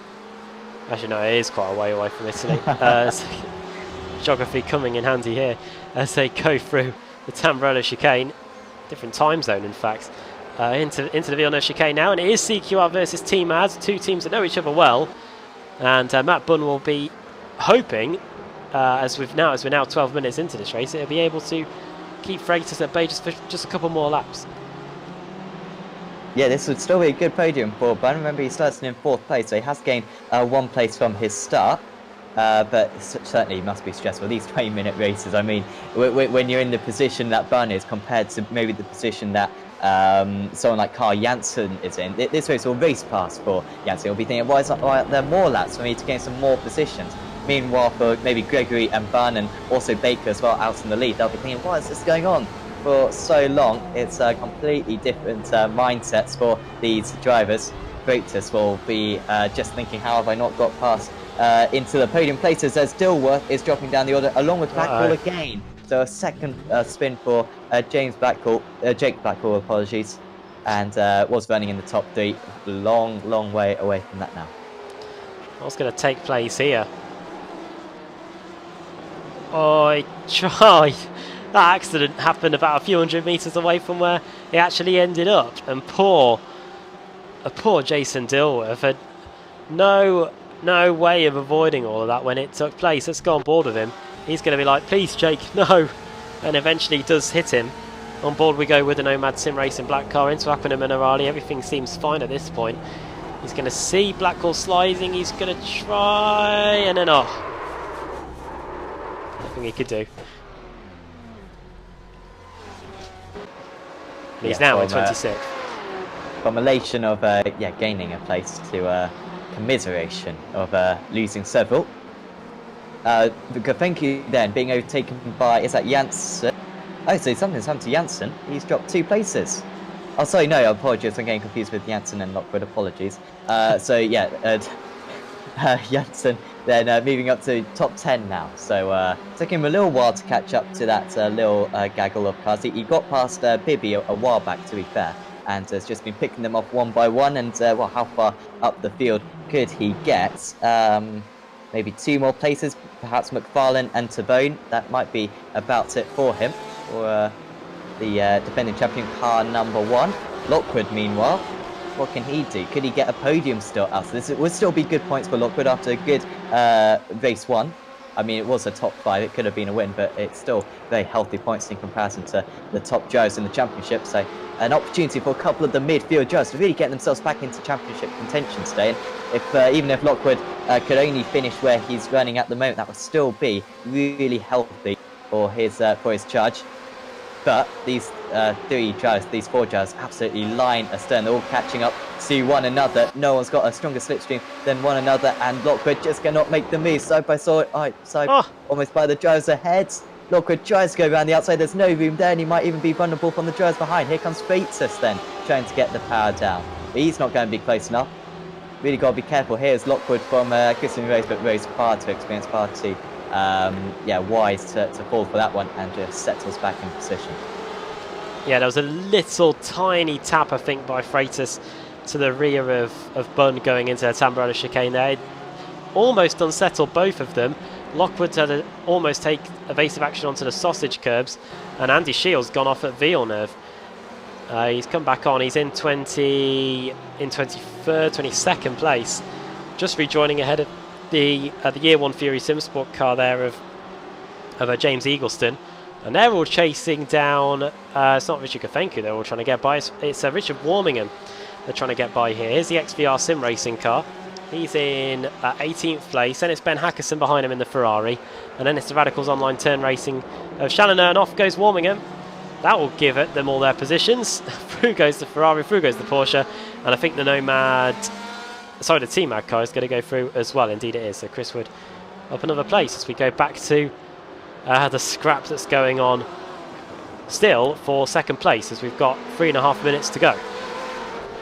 Yeah, Lockwood got close last time to passing Freitas. Freitas had a much better slipstream on that last lap, but it's still Freitas. He's really storming along. Maybe Lockwood gaining a little bit in the second half of this straight, but it's negligible. Just edging a little bit closer, but probably the battle ahead is the closest one. Gregory having to defend again from Bunn. This is as close as Bunn. It's got for 3 laps. Freitas off the circuit, and that's going to be a lot of places lost for him. He might even drop outside the top 10. Comes back, or tries to get back onto the circuit. He'll be slowing the slowdown at this point. You can see how slow he's currently driving. Will he stay ahead of Janssen? Janssen will not want to go side by side in that corner again. He's got bad memories of that. But maybe into this next hairpin, he'll be up for it. Around the outside, desperately trying to get the cut back is the Swede, and back into slipstream again. But from where he started, this would be a decent result for Kai Janssen. Started in 32nd place. A top 8 would be a great effort, but at the same time he sees all those drivers and he's thinking, oh, I could really get a few of these guys, but I think he's going to be cut a couple of laps short. You can also see that Brian Lockwood's through into the podium positions, as nearly into the back of Miguel Freitas. There goes Carl Janssen. He's arrived on that battle, and he's up the inside into the Variante Alta. That should be it done. It is done. And now is Janssen into 7th place with Miguel Freitas down to 8th. Janssen 25 places gained. Lockwood he's not wasting any time. Let's see if he can get 2nd place before we go back and see how he took 3rd off Bunn. Trying to set him up. Look at the end. Look at the run that Bunn's got going into the Rivazza. Very nearly gets by the BMW. Lights up the rear tyres on the exit. And that's really going to put him at a disadvantage. Here comes Christian Rose. And something's kicked off. Oh my word, there's a big wreck here. We'll find out what caused all that in a second, because they're too wide for position. Watch out for Brian Lockwood. Up the inside for 2nd place. He's got it. Through into 2nd place goes the Racecraft Esports car. Down to 3rd goes Ben Gregory. 4th is Christian Rose. 5th is Ben Palmer, who forces Matt Bunn out the way. Carl Janssen has been passed by Bunn, is now down to 7th place. He's going to go up the inside into Villeneuve. Oh, surely one trip through the gravel is bad enough, Carl. You don't want to do it again. There's a lot of dust on the circuit as well from the amount of times that cars have been off in that gravel trap too. And Janssen, now that he's got towards the front of the field, is seeing that a lot of the drivers are going to give as good as they get here, as the CQR P&M car with Lizard is trying to get up the inside into the Piratella, and he at last repasses Matt Bunn for 6th. Yes, and now under pressure is Bunn into the very outer, and he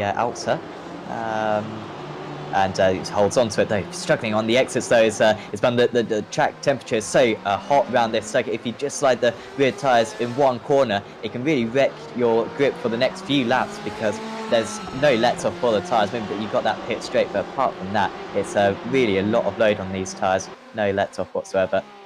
So Gregory didn't put too much of a fight against Lockwood going into turn 1 on this lap. And so Lockwood 2.5 seconds behind Baker, who's been absolutely cruising. And I must say, don't get too many predictions right, but with 1 lap to go, I feel as though I'm pretty confident on this one. Gregory under pressure though from Rose now all of a sudden. So Rose is now on a charge. He'll have to go to the outside into turn 1. We've seen some of these moves turn up superbly. We've seen some moves turn up miserably, as we've got an XVR driver as well, and that might be Mike Gray off the circuit.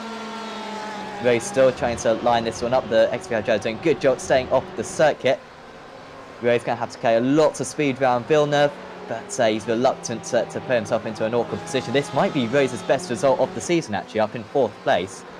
Which is a little bit disappointing for him, I guess, because of course he finished 2nd last season, but struggled a little bit this season, but still would be some good points in this round. Close battle here between Ross McFarlane and Miguel Freitas. They're all over the place going through the exit of Tamburello and into Villeneuve. Around the outside goes the V-Racer car. The Team Mag car is still alongside, going down the hill into Aquin and Minerali. And through goes Ross McFarlane into P8. It's still anybody's guess who's going to be on the podium. Ben Gregory is trying his utmost to just try and stay there. The lights are flashing by many of them. Can he just hold on for a couple more corners? Meanwhile, Dave Baker, who maybe if he coasted, that last lap may have been the final lap for him. But this is definitely going to be the final lap. He's coming into Rivazza. Is there going to be a late move by Janssen? Not into Rivazza, there isn't.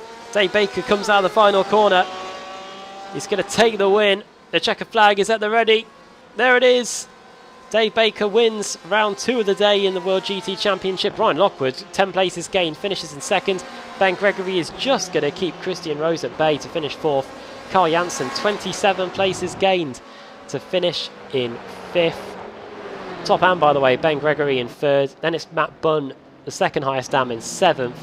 And then the next highest dam after that is all the way down in 20th place. And he's only just coming across the line now.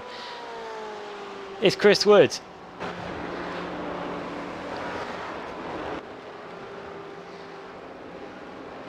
Yeah, they're all quite spread out in the end. We had 3 of them in the top 4, I believe, at the start, but they very quickly separated from one another side by side.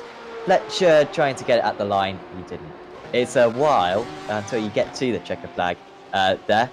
Maybe this one will be a little bit closer. McIntyre going side by side with Rapriger. McIntyre though has got a better run in that Ford. It's in far fewer pieces, and the V-Racer driver does finish ahead. Here's Ethan James Bass. He's been into the pits for a new car. He's going to finish in 42nd. That's not going to do him any good in terms of the reverse grid wheel for race 3. If we do get 24, it will be Jason Dilworth on the pole. If we get the smallest reverse grid possible, it will be Laszlo Kotrox that will be on the pole position. He finished 2nd in race 1. If we do get that reverse grid in his favour, he'll be back at the front again. And as everybody finished. So let's bring up the race results. There we go. We've actually got the right class, the right intervals between them now, so that's good. Dave Baker wins for CQR Club. Brian Lockwood finishing in 2nd place in the end. Ben Gregory completes the podium, keeping a hard charging Christian Rose at bay as all the cars come back to the pits. Kai Jansen finishes in 5th, 27 places gains to finish in the top 5. Ben Palmer in 6th, Matt Bunn in 7th, Dennis Ross McFarlane, Miguel Freitas in 9th, and 10th for Brandon Tabone. Michael Evdoka finishing in P11, 12th for Lewis Bibby. Then it's Pete Howard, Laszlo Kotrox in 14th, Keith Camilleri in 15th, and then it's Christian Scharner, Ben Hackison, Alpha La Hawk finishing in 18th place in the end. 19th for Rich Warmingham, 20th for Chris Wood. Marco Namella, despite his spin at the start, finishing in 21st. That's a good drive, to be fair. In the reverse grid contention as well. Chris Daines in 22nd, Nicholas Helm 23rd, then Jason Dilworth in P24. Richard Gafenku 25th, 26th for Daniel McCauley, then Simon Underhill, Michael Blake, Billy Fletcher, Chaz Draycott there in 30th, Danny Henney 31st, then it's Barry Baird in 32nd, Mark Woodhouse, Dennis Eipenberg, then James Eagleston, and then Jack McIntyre in 36th. Then it's Edward Rappager, Steve Baxter over a minute behind, then it's Ashley Blake Cood, Andy Shield, Pete Newman, and then Ethan Bass in 42nd. And then the car's 1 lap down or more. Mike Gray, we saw him getting laps as the race neared its conclusion. And then the cars that didn't finish. Sharon Kaiser, 4 laps down. Jake Blackhall, it looked like it picked up too much damage after... it was a second crash, wasn't it? That would have put pay to his race. That was on the exit of Aquinum and Arali. Ronald Moons, 46th. 13 laps down. Rob Cuss, 13 laps down as well. And they finished at the back. Right then. Final reverse grid of the evening. Let's get it up and see who is going to be on the pole. There it is. Here it is on the screen. And without further ado, let's spin it.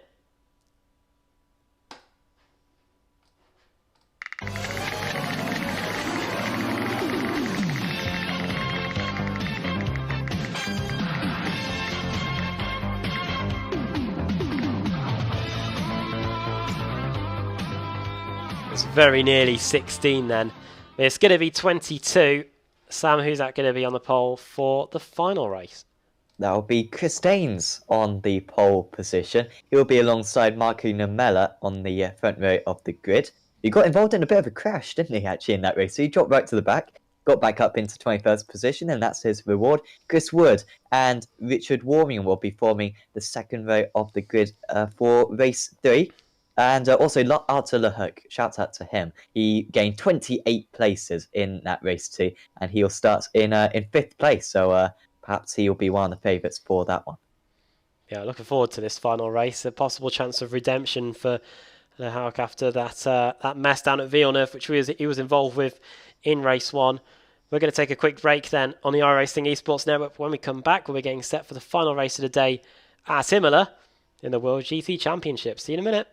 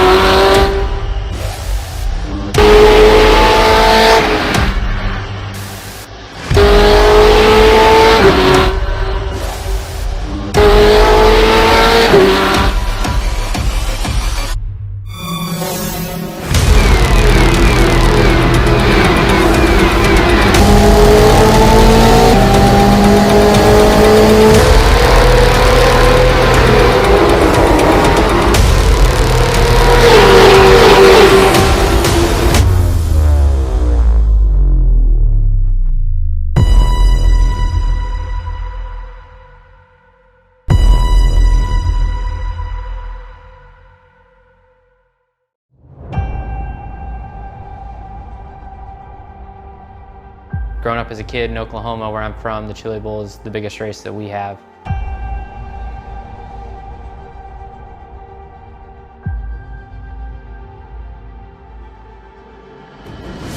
The Chili Bowl has kind of been my favorite race of the year.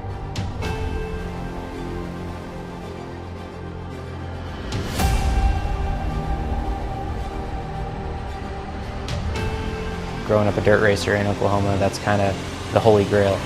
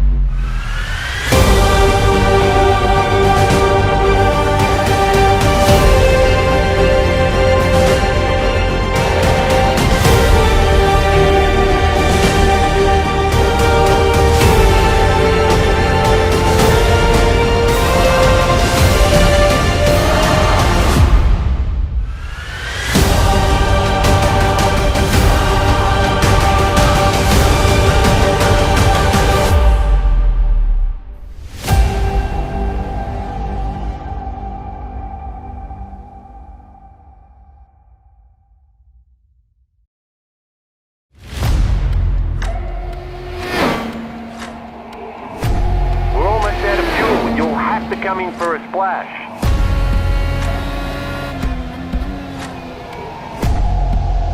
3, 2, 1, now.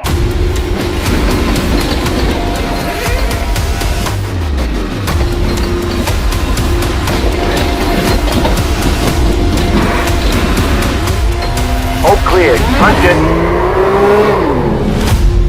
Great job. You did really well.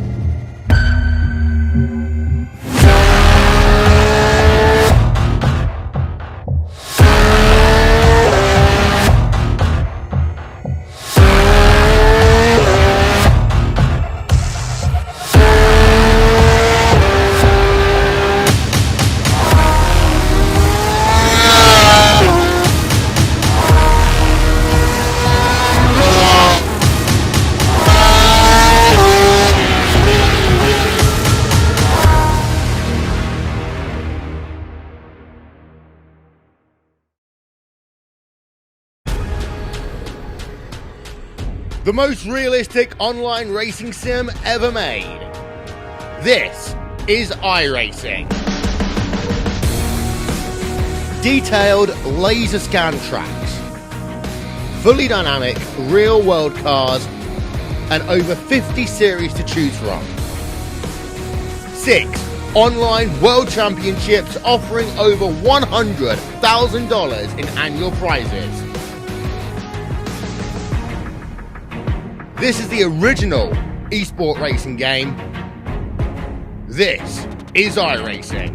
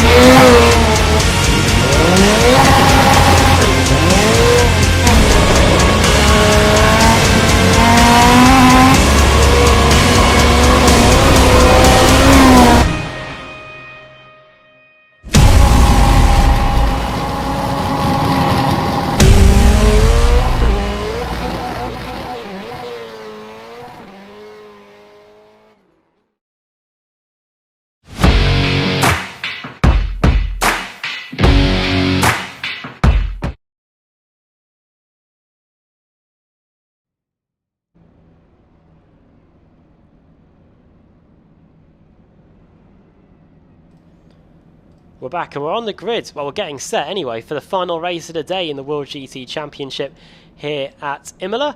Chris Dane starting on the pole with Marco Namella in second. Arthur Lehauk starting in fifth. And quite a few guys near the front of the grid as well. It is still a pretty big reverse grid. 22 cars have been reversed. Adam Bath here with Sam Fitzpatrick in the commentary box. And as the grid cycles through, we've got a lot of names in the top 22 that could theoretically win this race. We've got Namella, we've got Arthur Lehauk, who will be hoping to right the wrongs of race 1, plus the likes of Carl Janssen and Brian Lockwood, of course, who finished second in race 2. Yeah, and I'd also throw in maybe Challoner, Camillet, Kotchuk as well. Kotchuk, of course, finished in second place in race 1. Evdoka, of course, won race 1. He's starting down in 12th place. So, yeah, so many drivers. And unfortunately, we got the vast majority. I imagine there's a couple of slower drivers. A couple of fast drivers right at the back of the field. But we got the majority of them all littered about in that top 20 or so. So this is a perfect situation to be in. And Chris Dane's got involved in a little bit of contact in race 2. He'll be wanting to avoid that, of course. But again, a fantastic opportunity for him to take a race victory. I think he may have won a race already this season, or at least was leading at Brands Hatch. Can he convert this pole position today? So you can see then, Dane's lead goes straight away. That's the earliest we've seen anybody go. And he is going to have, just like everybody else that started on pole position so far tonight, a pretty healthy lead as he comes across the line. We are underway at Imola for the final race of the day. The lights go green and we are underway. And straight away, Keith Camilleri trying to get a move done. Watch out for Arthur Lehauk as well, the Frenchman on the inside there, the XVR car of Richard Warmingham. It looks like he's getting a move done as Keith Camilleri rides the curb on the exit at Tamburello. Let's hope everybody gets through, because so far tonight we haven't. And off goes one of the KC cars. 2 of the KC cars have gone off. Sorry, Nicholas Helmer's got off as well. He's had to tow back to the pits. He's hit the concrete wall. There's no way he's recovering from that. Either that or he's just had enough for the day. Watch out for the Brits X Simsport car here of Ethan James Bass. He's got his teammate leading the race so far. There's more wrecking. That's another one. Oh no, that's a traffic jam. Oh, there's a Team Mad car off as well. We've got James Eaglestone, we've got Michael Blake, we have got Danny Henney, Dan McCauley.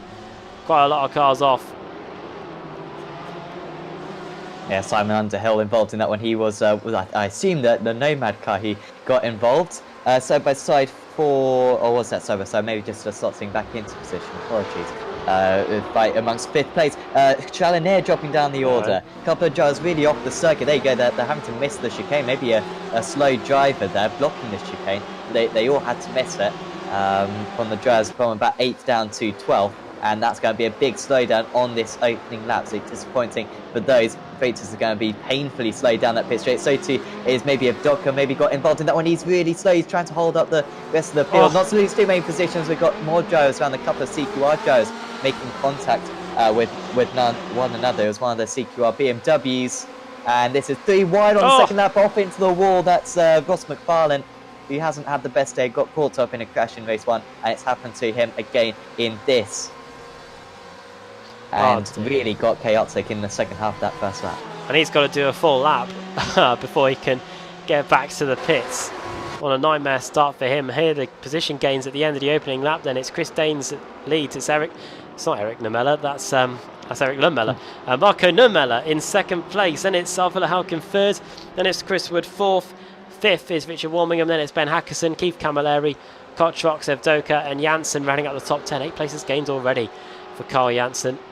And Brian Lockwood's gained 1 from 21st on the grid. So slow and steady and all that. We'll see how he gets on over the course of the race meeting. But for now, it's the turn of the Brittech Simsport car of Danes to feel some early pressure for Marco Namella. And watch out for Lehauk as well. When he was sitting in third in race 1, when Carl Janssen started battling away with Brian Lockwood, he was quick to capitalise and got second place. All of a sudden, in the space of about the last few corners, he's right on the back of the Racecraft Esports car now and may think of a move down into Ravatsa. No, he doesn't. He might fancy his chances if he can get a decent run onto the front straight. Yeah, this is where he managed to get the move on Janssen in race 1, of course, when Janssen tried to go for a move for the lead around the outside at turn 1. The Hook will be hoping that Namella tries the same thing. Of course, we had a Racecraft Esports driver of Lockwood finishing in second place in race 2. We're going to see the same in race 3. Nomelo tries to go for it. They make contact though with one another, and straight through goes Arthur Lehook. When he gained one place in that corner in race 1, he's gained 2 places. He's into the lead, and this could be quite a comfortable race victory from here on in. Arthur Lehook, and he just had to wait for that to happen, and it's come towards him. Oh, not at all good there. Something has kicked off massively as well while that was all taking place. 3-car wreck apparently between Mark Woodhouse, Steve Baxter and Mark Woodhouse. This is down at Ravazza. Let's have a look at what happened here. Woodhouse up the inside. And, loads of cars taking evasive action. And a lot of cars picking up damage in all that. But let's have a look at what happened then for the lead. Let's get to the chopper and see how this all unfolded. So the Hulk breaks out. Oh, bang! Dane's locking up the brakes. He's trying everything to try and slow it down, but he just can't. And in the end, he gets going. He's in 3rd place, which is a miracle in itself, really. The Hulk has got a 2.9 second advantage. Rob Cuss has just towed. Brian Lockwood has just towed to the pits.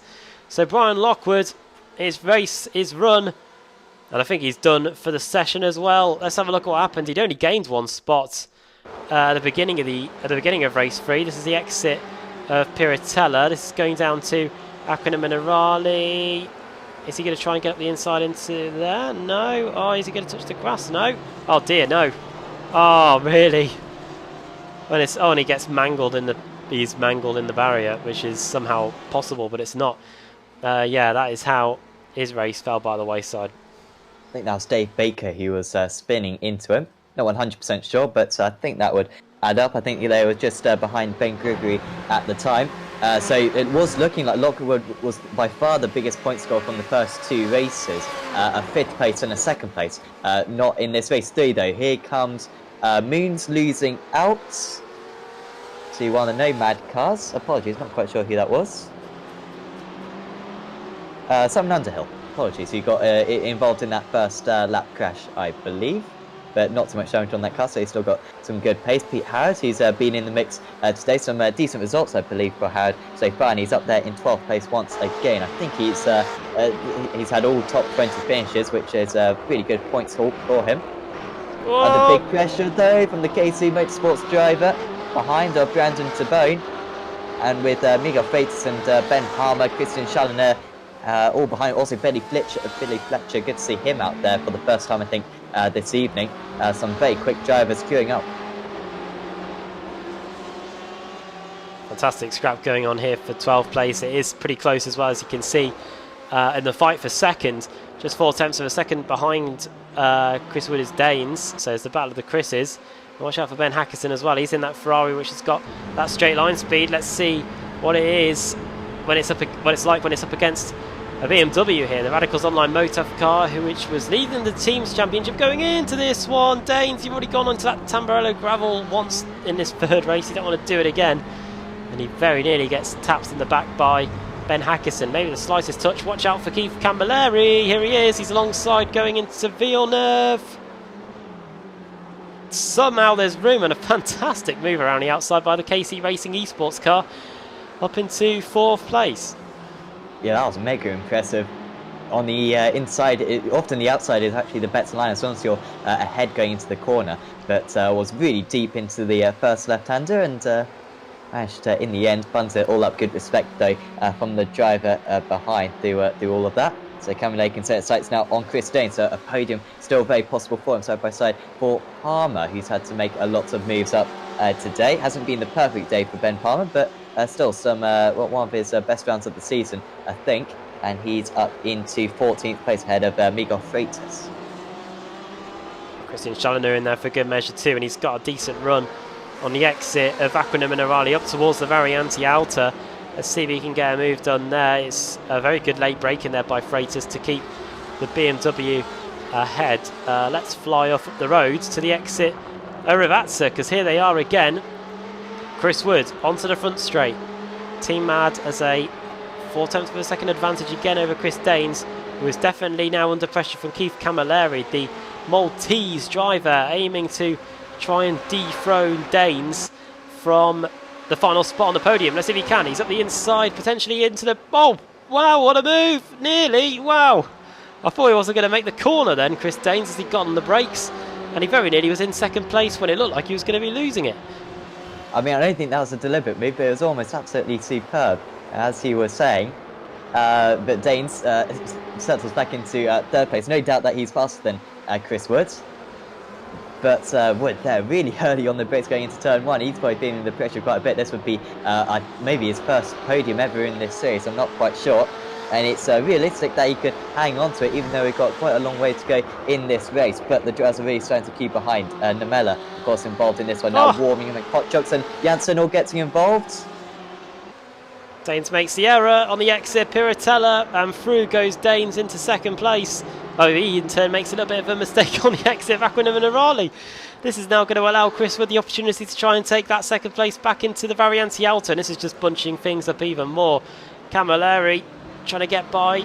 That's just going to exasperate things, because now here comes Ben Hackerson in the Radicals Online car trying to get one of those positions back. Could he try and get it done into Ravazza? Wood on the left hand side of your picture as we rise on boards with the Ferrari. Ben Hackerson just doesn't know where to go in all this. He's going to follow the Ferrari, and Chris Wood will be very lucky if he is still in that fourth position by the time we get to the Tamburello. Watch out for Marco Namella as well as we come across the line onto lap 7. Onto the bridge we go, and it's going to be Camilleri that is now in third place. Hackerson up to fourth. Chris Wood in fifth. He's going to get demoted to sixth. The slightest touch, that might have been a bit of contact, not too sure it was that close. And Chris Wood gets muscled out all the way down to 10th now. I don't think Wood made too many mistakes. I know you made one mistake. Oh, off the circuit goes Hackerson. He was a little bit quiet in all of that, but he was very steadily going about his ways. But the car number 7 falls way down the order. He's down into 16th place. At least might even fall further than that behind. And this happens. So he managed to get past Wood. And I believe he was by himself going into the Villeneuve chicane. Is it the rear end which goes? Ooh. Yes, and I mean he'll be. I mean I don't think he did too much wrong, to be honest there, but the rear end just all of a sudden giving up grip. There's a decent amount of grip out there. The track temperature is significantly cooler. It's decreased by about 20 degrees from race 2 down to 24 degrees now, but very surprising mistake there. Looking at Doka Game Pass, Rich Warmingham is up into 7th place now. 5 places gained for him. Biggest mover in the field is Andy Scheel, who's gained 21 places since we got going. Here he is, the Sim Sports Racing USA car in P19. If there was a 4th race, he'd be looking all right for a starting spot near the front of the grid if we had another reverse grid wheel up our sleeve, but we don't. And as we enter the second half of the race, it is Arthur Lahal that has a 9.1 second advantage, but who is going to be in 4th place? Is it going to be Janssen? Is it going to be Namella? Into the Tamburello chicane. Not a quarter given by Namella. He flies across the curb. Janssen is now going to try and get up the inside. Into Villeneuve. He's going to think about it. And watch out for the Porsche as well. That's Laszlo Kotrox, who is arriving on the scene. They all go off. They come back on again, and see what's going to happen here as we ride on board with the Radicals Online Turn Racing car. Look at the switchback there by Janssen on the exit of Tosa, but he's just not able to get it done. Yeah, must be so frustrated. Carl Janssen, really good drive through the field in race 2. This is a good drive through the field. He goes down the inside, can't make it, and here comes Kotchuk. This would be brave from Kotchuk. He's not interested in making the move, I think.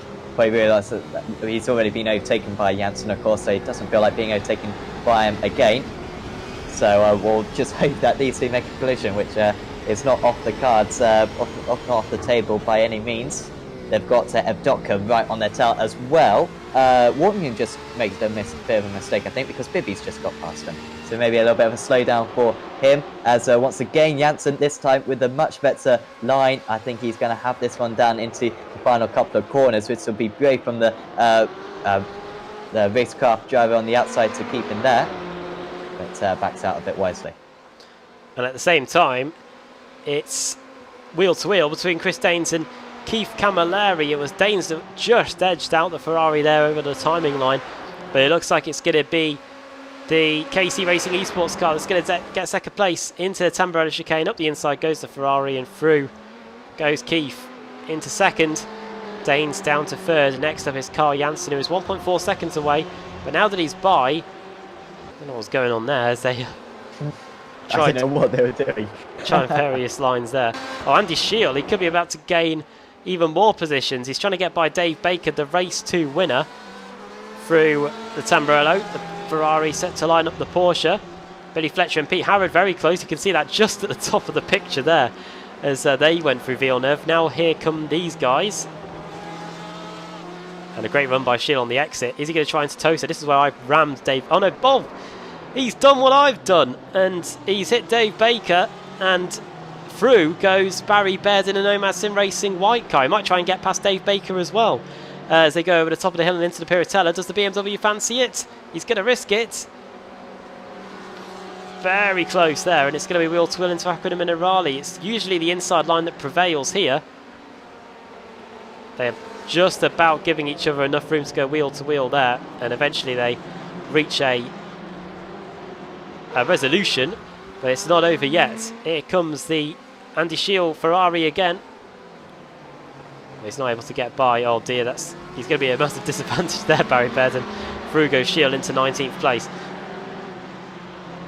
Yeah, just waited a couple more corners there to Shield so he could make the move. And Baird having to defend from all these drivers behind as well now. Pete Newman right on his tail. Jack McIntyre's up 14 places. Newman up 20 places. Superb drive from him.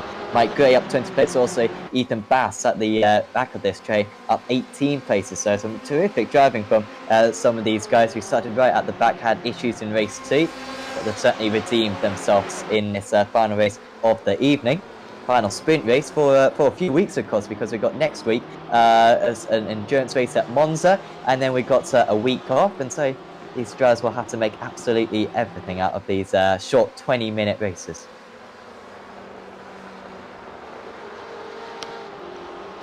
Carl Janssen then. He was 1.4 seconds away from Danes about a lap ago. It's literally nothing now. Through Aquanim and Arali, Namella is getting pulled along with these guys. Janssen, he senses the podium. He may even fancy second place. He's only 1.8 seconds away from Keith Camilleri, but Chris Danes is putting up such a good defensive drive. If he gets a podium here, that'll be a fantastic result for him and for Bricktech Simsport. But Janssen, here he comes around the outside into Rivazza. That's going to be interesting. We can pull that off because there's nothing but grass and gravel out there on the outside. Danes hits his marks beautifully.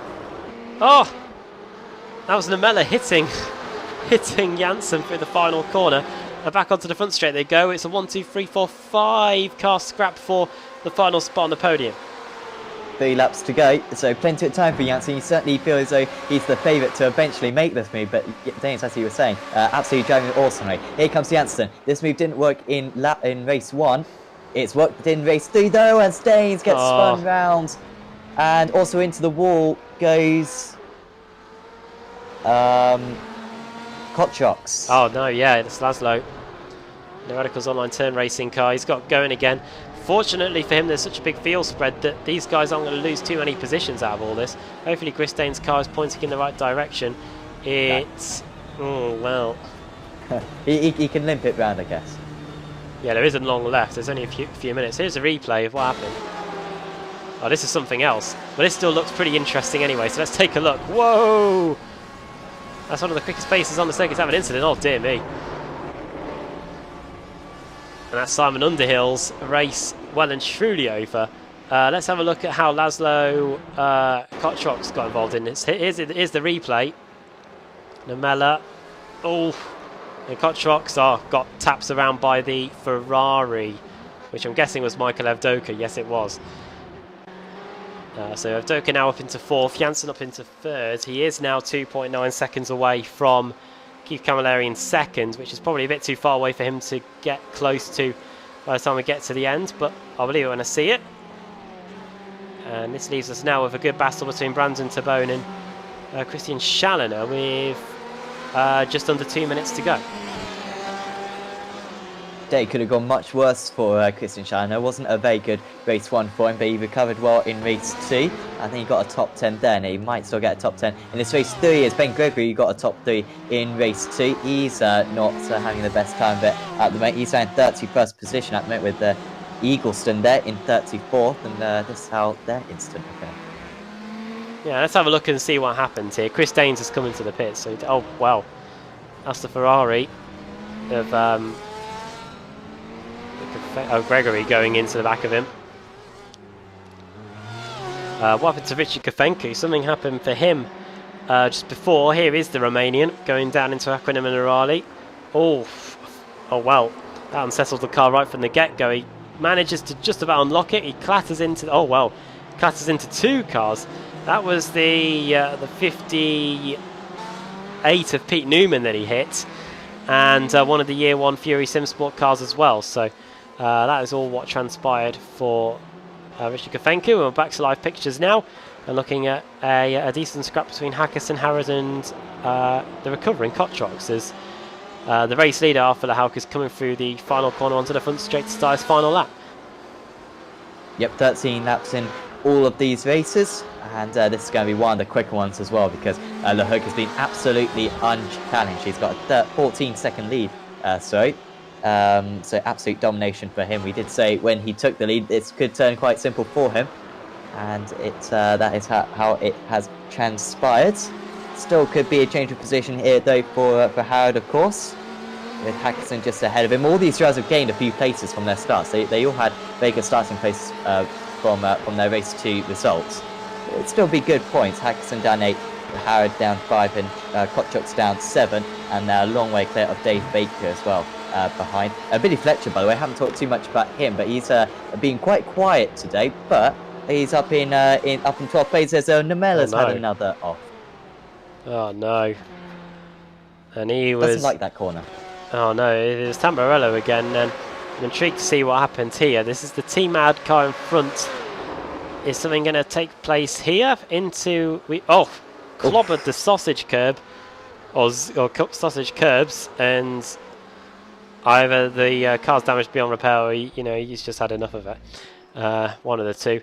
Meanwhile, after the Hauk, he's on his way into the final corner now. He started down in 5th. He's been able to gain all those places, and he's going to come home and take probably one of the most commanding victories we've seen so far this season.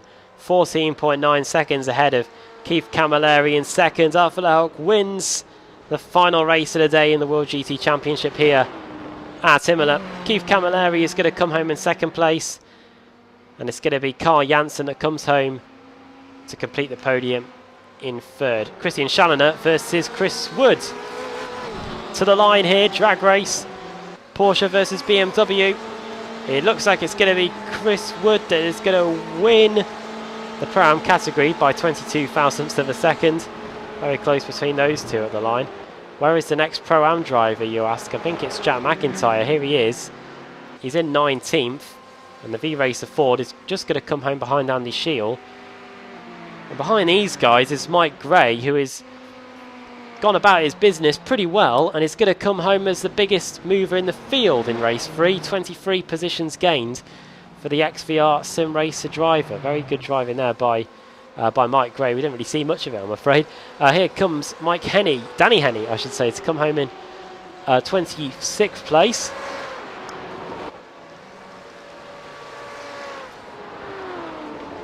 Next close battle is here. This is Steve Baxter versus Matt Bunn. Just a couple of tenths a second between them, and the last car we are waiting for is here. It's Christian Rose. He's in 36th. For a second I thought he wasn't going to make it across the line. He does now. He finishes in 36th place, 17 positions lower than where he started, and you can see there from the 46 or so starters, only 36 were able to finish on the lead lap here. What a result though for TX3 and by Thrustmaster. Sam, 14.9 second lead in the end for the Hauk. Outside the Enduro races, you aren't going to see a win by that big of a margin too often this season. yeah, even in the endurance races, you're probably not going to see something like that. But really good from LeHook, and I mean, those two drivers in the first race, it was LeHook and Janssen and Lockwood, wasn't it, who all crashed into one another. I mean, no one was fully to blame on that one, and they all kind of got their redemption in the end. I think Janssen had got a podium, LeHook got a win, and Lockwood also got a 5th and a 2nd place. So they all got their little bit of a punishment, but they all got their good results as well. So that was good to see, and a perfect drive from Arta, who maybe keeps his championship hopes alive as well.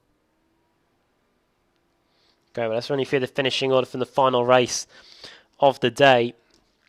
After the Hout wins for Thrustmaster, TX3 by Thrustmaster. 2nd place finish for Keith Camilleri, Carl Janssen on the podium again. Here, Michael Avdoka finishes in 4th, 5th for Lewis Bibby, his teammate. Then in 6th place, Richard Warmingham. Then Chris Wood, the only Pro-Am driver in the top 18. Christian Challoner in 8th. Then Brandon Tabone in 9th. And the Portuguese Miguel Freitas in 10th. 11th for Ben Palmer. Then Billy Fletcher and Ben Hackerson, the two teammates there, 12th and 13th. Pete Harrod 14th. Then Laszlo Kotrox in 15th. Dave Baker, 16th place in the end for him. Barry Baird, 17th. Andy Shield in 18th. And then here come the Pro-Am drivers. There's a big cluster of them.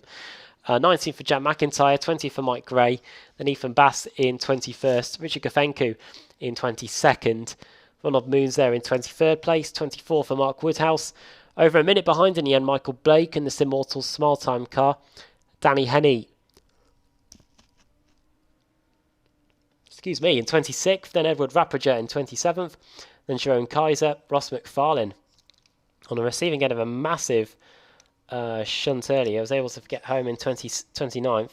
Then Ben Gregory in 30th, 31st for Jason Dilworth, then Pete Newman, Ashley Blakehood, Matt Bunn in 34th, and then Steve Baxter 35th, 36th in the end for Christian Rose, the last car to finish on the lead lap.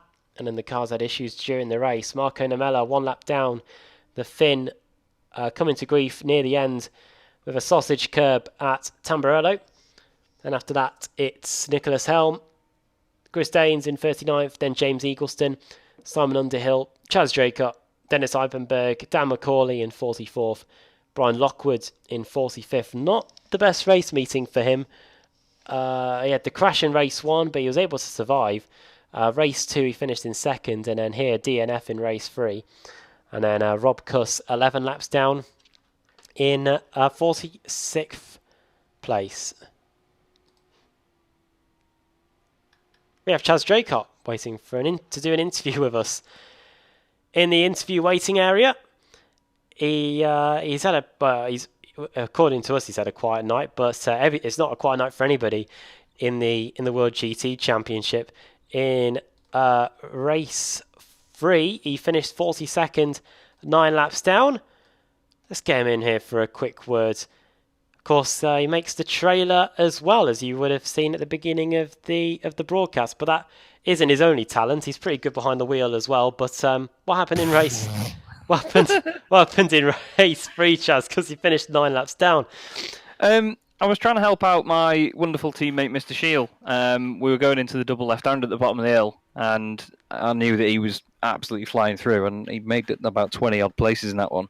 So I got out of the way, and I think another driver behind, I think Woodhouse it was, he just lost the back end as well, and we all checked up because Andy went a little bit deep. So I think just in that, it got a bit messy, and a couple of us just came together, and I tried to carry on after that. I saw Ashley Blakehood on track as well. We were going to have a good bit of a scrap, but then I just disconnected because my internet's terrible. It's always the way. Yeah, when it does, when it rains, it pours, I think, in that one. But race 1 and race 2, we were saying one of the toughest circuits we're going to go to all season in terms of overtaking, just because of how narrow the circuit was. How was it the other 2 races? Oh, it's almost impossible to overtake around here. It's mayhem, and the pace. I mean, to give a shout out to the guys even in the midfield and towards the back, the pace throughout the whole field is so close this season. It's amazing. The battling was incredible. It was quite physical, but a lot of the time it wasn't to the point where people weren't annihilating each other. They were just sort of having a bit of a door bang, and yeah, it was very, very frantic. But yeah, it was just insane. Did you see what happened between the top three in race one? I did not know. I heard about it because we were having a bit of a chat afterwards, but I didn't look back and see that. Was it a nasty one? Well, 3 wide into Villeneuve, going for the lead. You've got to be mad. They Some did of these it. boys are. Yeah. They are mad. Well, we go from here to the Cathedral of Speed next week, still in Italy, of course, for the Enduro at Monza. That's gonna be pretty interesting. But as Sam Fitzpatrick was alluding to, it's a bit like when the McLaren used to come here in the World Championship. It's a bit like a DRS train. It's going to be a bit of a slipstream train around Monza when the race gets going there for the Enduro. Yeah, there's going to be a lot of mind games in there. People are going to be saving fuel, slipstreaming, and then, like you say, just making sure that you can sort of take it easy in a way. I mean, I know these guys will be flat out because some of these pro drivers are unbelievable, but they'll be trying to get into the heads of the guys in front, just following them, just trying to sort of identify your opportunities, and then you just got to try and play a bit of strategy into it, I suppose. But I go quite well around Monza. I always say to myself that I'm going to hate going there because it's so setup dependent, but I seem to go all right down there. I did all right in pre-qualifying for the season, so yeah, fingers crossed, should do right. Finally, we got, of course, you make the trailer for this series, and just taking you out of the car for a second, what have you made of the action that we've had so far? And anything that's worthy of going in a trailer for season 7, perhaps? Oh, there's plenty of footage ready to go already. There's so much close battling, and I mean, I've been looking at. You've probably seen from the intros and the trailers the stuff I like is the frantic sort of first lap stuff where there's just a massive train of cars, humongous fields, just all absolutely flat out. There's a wonderful shot at the end of the trailer through 130R. Yeah. I absolutely love that. It's probably one of my favourite bits of footage I've ever captured. But this season is just full of shots like that. There's just so many little bits where there's just cars absolutely flat out, all 50, 60 of them. And it's great to see. So hopefully it continues the rest of the season. Great. Well, before we let you go, do you want to send a quick shout out to anyone? All the guys in CQR, all the support they've given me since joining them has been absolutely brilliant. The admins of the series constantly working around the clock. I'm probably one of the lazy ones, so I do apologise to them for that. And some of the guys I was racing against tonight, I had some great battles with most of them. Mark Woodhouse has just said sorry to me on Facebook for spinning into me earlier. It's all right, buddy. We all make mistakes, and it was a very simple one that I've probably made too many times. And you guys as well for the broadcast as always. It's great to see it. I'm a bit gutted at this point to have stepped away from commentary for a bit, but might be back at some point. Oh, okay. Watch this space then, essentially. Yeah. Well, Charles, great for you to step into the interview room. We haven't spoken to you for quite a while, as you said, and well done on your endeavours today, and hopefully better things to come next week in the Enduro at Monza. Yeah, fingers crossed, boys. Nice one. Have a good night, everyone. Cheers, Charles. Cheers. Off he goes to the interview room. Next into the booth is Dave Baker. I say that. Here he is. And he's chatting away to Sam Fitzpatrick on his win in race 2 and among other things. Yes, I must congratulate you there, Dave. That was textbook stuff. Deliberately dropped to 16th place in race 1. Give us a bribe to give you a 16-car burst grid and dominate race 2. I mean, that's how you do it. Yeah, that was all part of the plan, honestly. No, I got very lucky in race 2, actually, that there was obviously quite a fierce battle going on for P2, which allowed me to just kind of manage the gap, win at the slowest speed possible, because the Porsche was not really the car to be in round here tonight. It was very, very tough, but no, pleased to get the win. Luck of the reverse grid, but it was a tough one. Definitely, and it seemed like pretty much everyone had a bad race today. There are very few drivers who finished kind of in the top 20 or so every single race, but you managed to do that, so you must be really pleased for the championship, because you're going to be getting some places. Yeah, probably. Unfortunately, I did have some contact with Nicholas on race 3 coming out of the first chicane, and I think that's probably on me. I'll be looking at some penalty points, no doubt, but hopefully they won't impact too much. No, I think there might be a few others as well, getting the equal amounts or even more out there today. But next up, we head to Monza, the second endurance race of the season. Judging by Belal and the previous endurance races in World GT, would you say that they're your favourites, or do you prefer the sprint layout? I mean, I don't mind. I mean, I do a lot of sprint sort of style racing in all the leagues that you guys cover. You know me for that. I always enjoy the challenge of taking on an endurance. Though an endurance race around Monza in the Porsche might be something different. I think you'll probably see us, unfortunately, towards the back, as it's not this car's strongest track. But we'll give it a good go. We'll still turn up. Yeah, we'll just see how it pans out. Really, maybe try and play the strategy a little bit. Absolutely. Well, we wish you the best of luck for that one, Dave. And before we let you go, is there anyone you'd like to thank? I'd just like to thank everybody that turns out, that races, you guys putting on the broadcast, all the admins and the stewards that help us behind the scenes, getting things done, the guys in chat, as the race goes on. I hope they've had an enjoyable evening. I'm sure there's been some crashes for them to comment on and all that sort of stuff. So, yeah, just thanks to everybody, really. Well, thanks for having a chat with us, Dave, and we'll see you next week. Yep, take care, guys. Dave Baker, I know you viewers can't see this. He has a big affinity with the number 6. It's on his car, and he's also got it on his avatar here on the Discord. So he does love it. Right, moving on. We've got one more driver to chat to us before we crash off the air, and it is Ben Gregory. Who's had a bit of an interesting evening, to say the very least. Had a fantastic race 2 as well, I believe. Did you get a podium in the end there, Ben? It was pretty close, wasn't it? Just about. It was skin of my teeth, yeah. Well, yeah, race 2 obviously the highlight, but yeah, tell us about your race meeting in general. I came in with, I'll be honest, my team didn't actually expect me to race because I screwed my back up last night. So luckily, it's been okay for the rest of the day. So somehow the car felt fantastic, which is thanks to Michael putting, grazie ragazzi, it's great. Ferrari at Imola.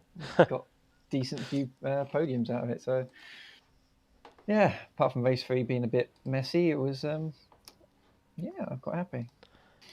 Yeah, with it being pretty narrow, were you having to use a Ferrari straight line speed to both defend and try and get a slipstream move done before getting into Tamburello? It's the thing is, it wasn't actually as quick as we thought we would be in the straight line. Especially the BMWs were so fast at that final corner. It was, and the draft, I don't know if there's a headwind down the main straight. They were just sucking straight up to the back of you by the end of the straight. So the straight line advantage wasn't actually that strong, annoyingly. But yeah, the cars could ride the curbs really well. It felt good. And just honestly, I'm just happy I was able to hold on against some really quick drivers behind me. In terms of the Pro-Am points, you have gained quite a bit, it looks like, over the race meet. You're only 119 points off Chris Wood. Is the top of the table still achievable in your eyes as we head to the next Enduro? Well, it's only meeting 5. We've got 10 to go. Yeah. And with a couple of drop weeks potentially, maybe, if I keep this pace up. Monza should be good. I might be expecting a penalty from this race just because of what happened on the last couple of laps. But yeah, hopefully it's not too bad. But yeah, it should be a good one though, at least. Monza's going to be good. With the testing where everyone did it, with qualifying, I think it's going to be the most competitive track of the season, I think. Yeah, we're looking forward to it. Before we let you go then, do you want to send a quick shout out to anyone? Yeah, especially all the team, and all the guys at V-Race as well we've been running with. They've been absolutely fantastic to have as almost like just buddying up and just helping each other. All the sponsors, and Jack for letting us run this as well, and you guys for broadcasting it. Been watching it back. It's been good. Cheers. I think you covered every base there. So well done today, Ben, and especially on the podium in race 2, and hopefully everything goes okay next week at Monza. I hope the back gets okay as well.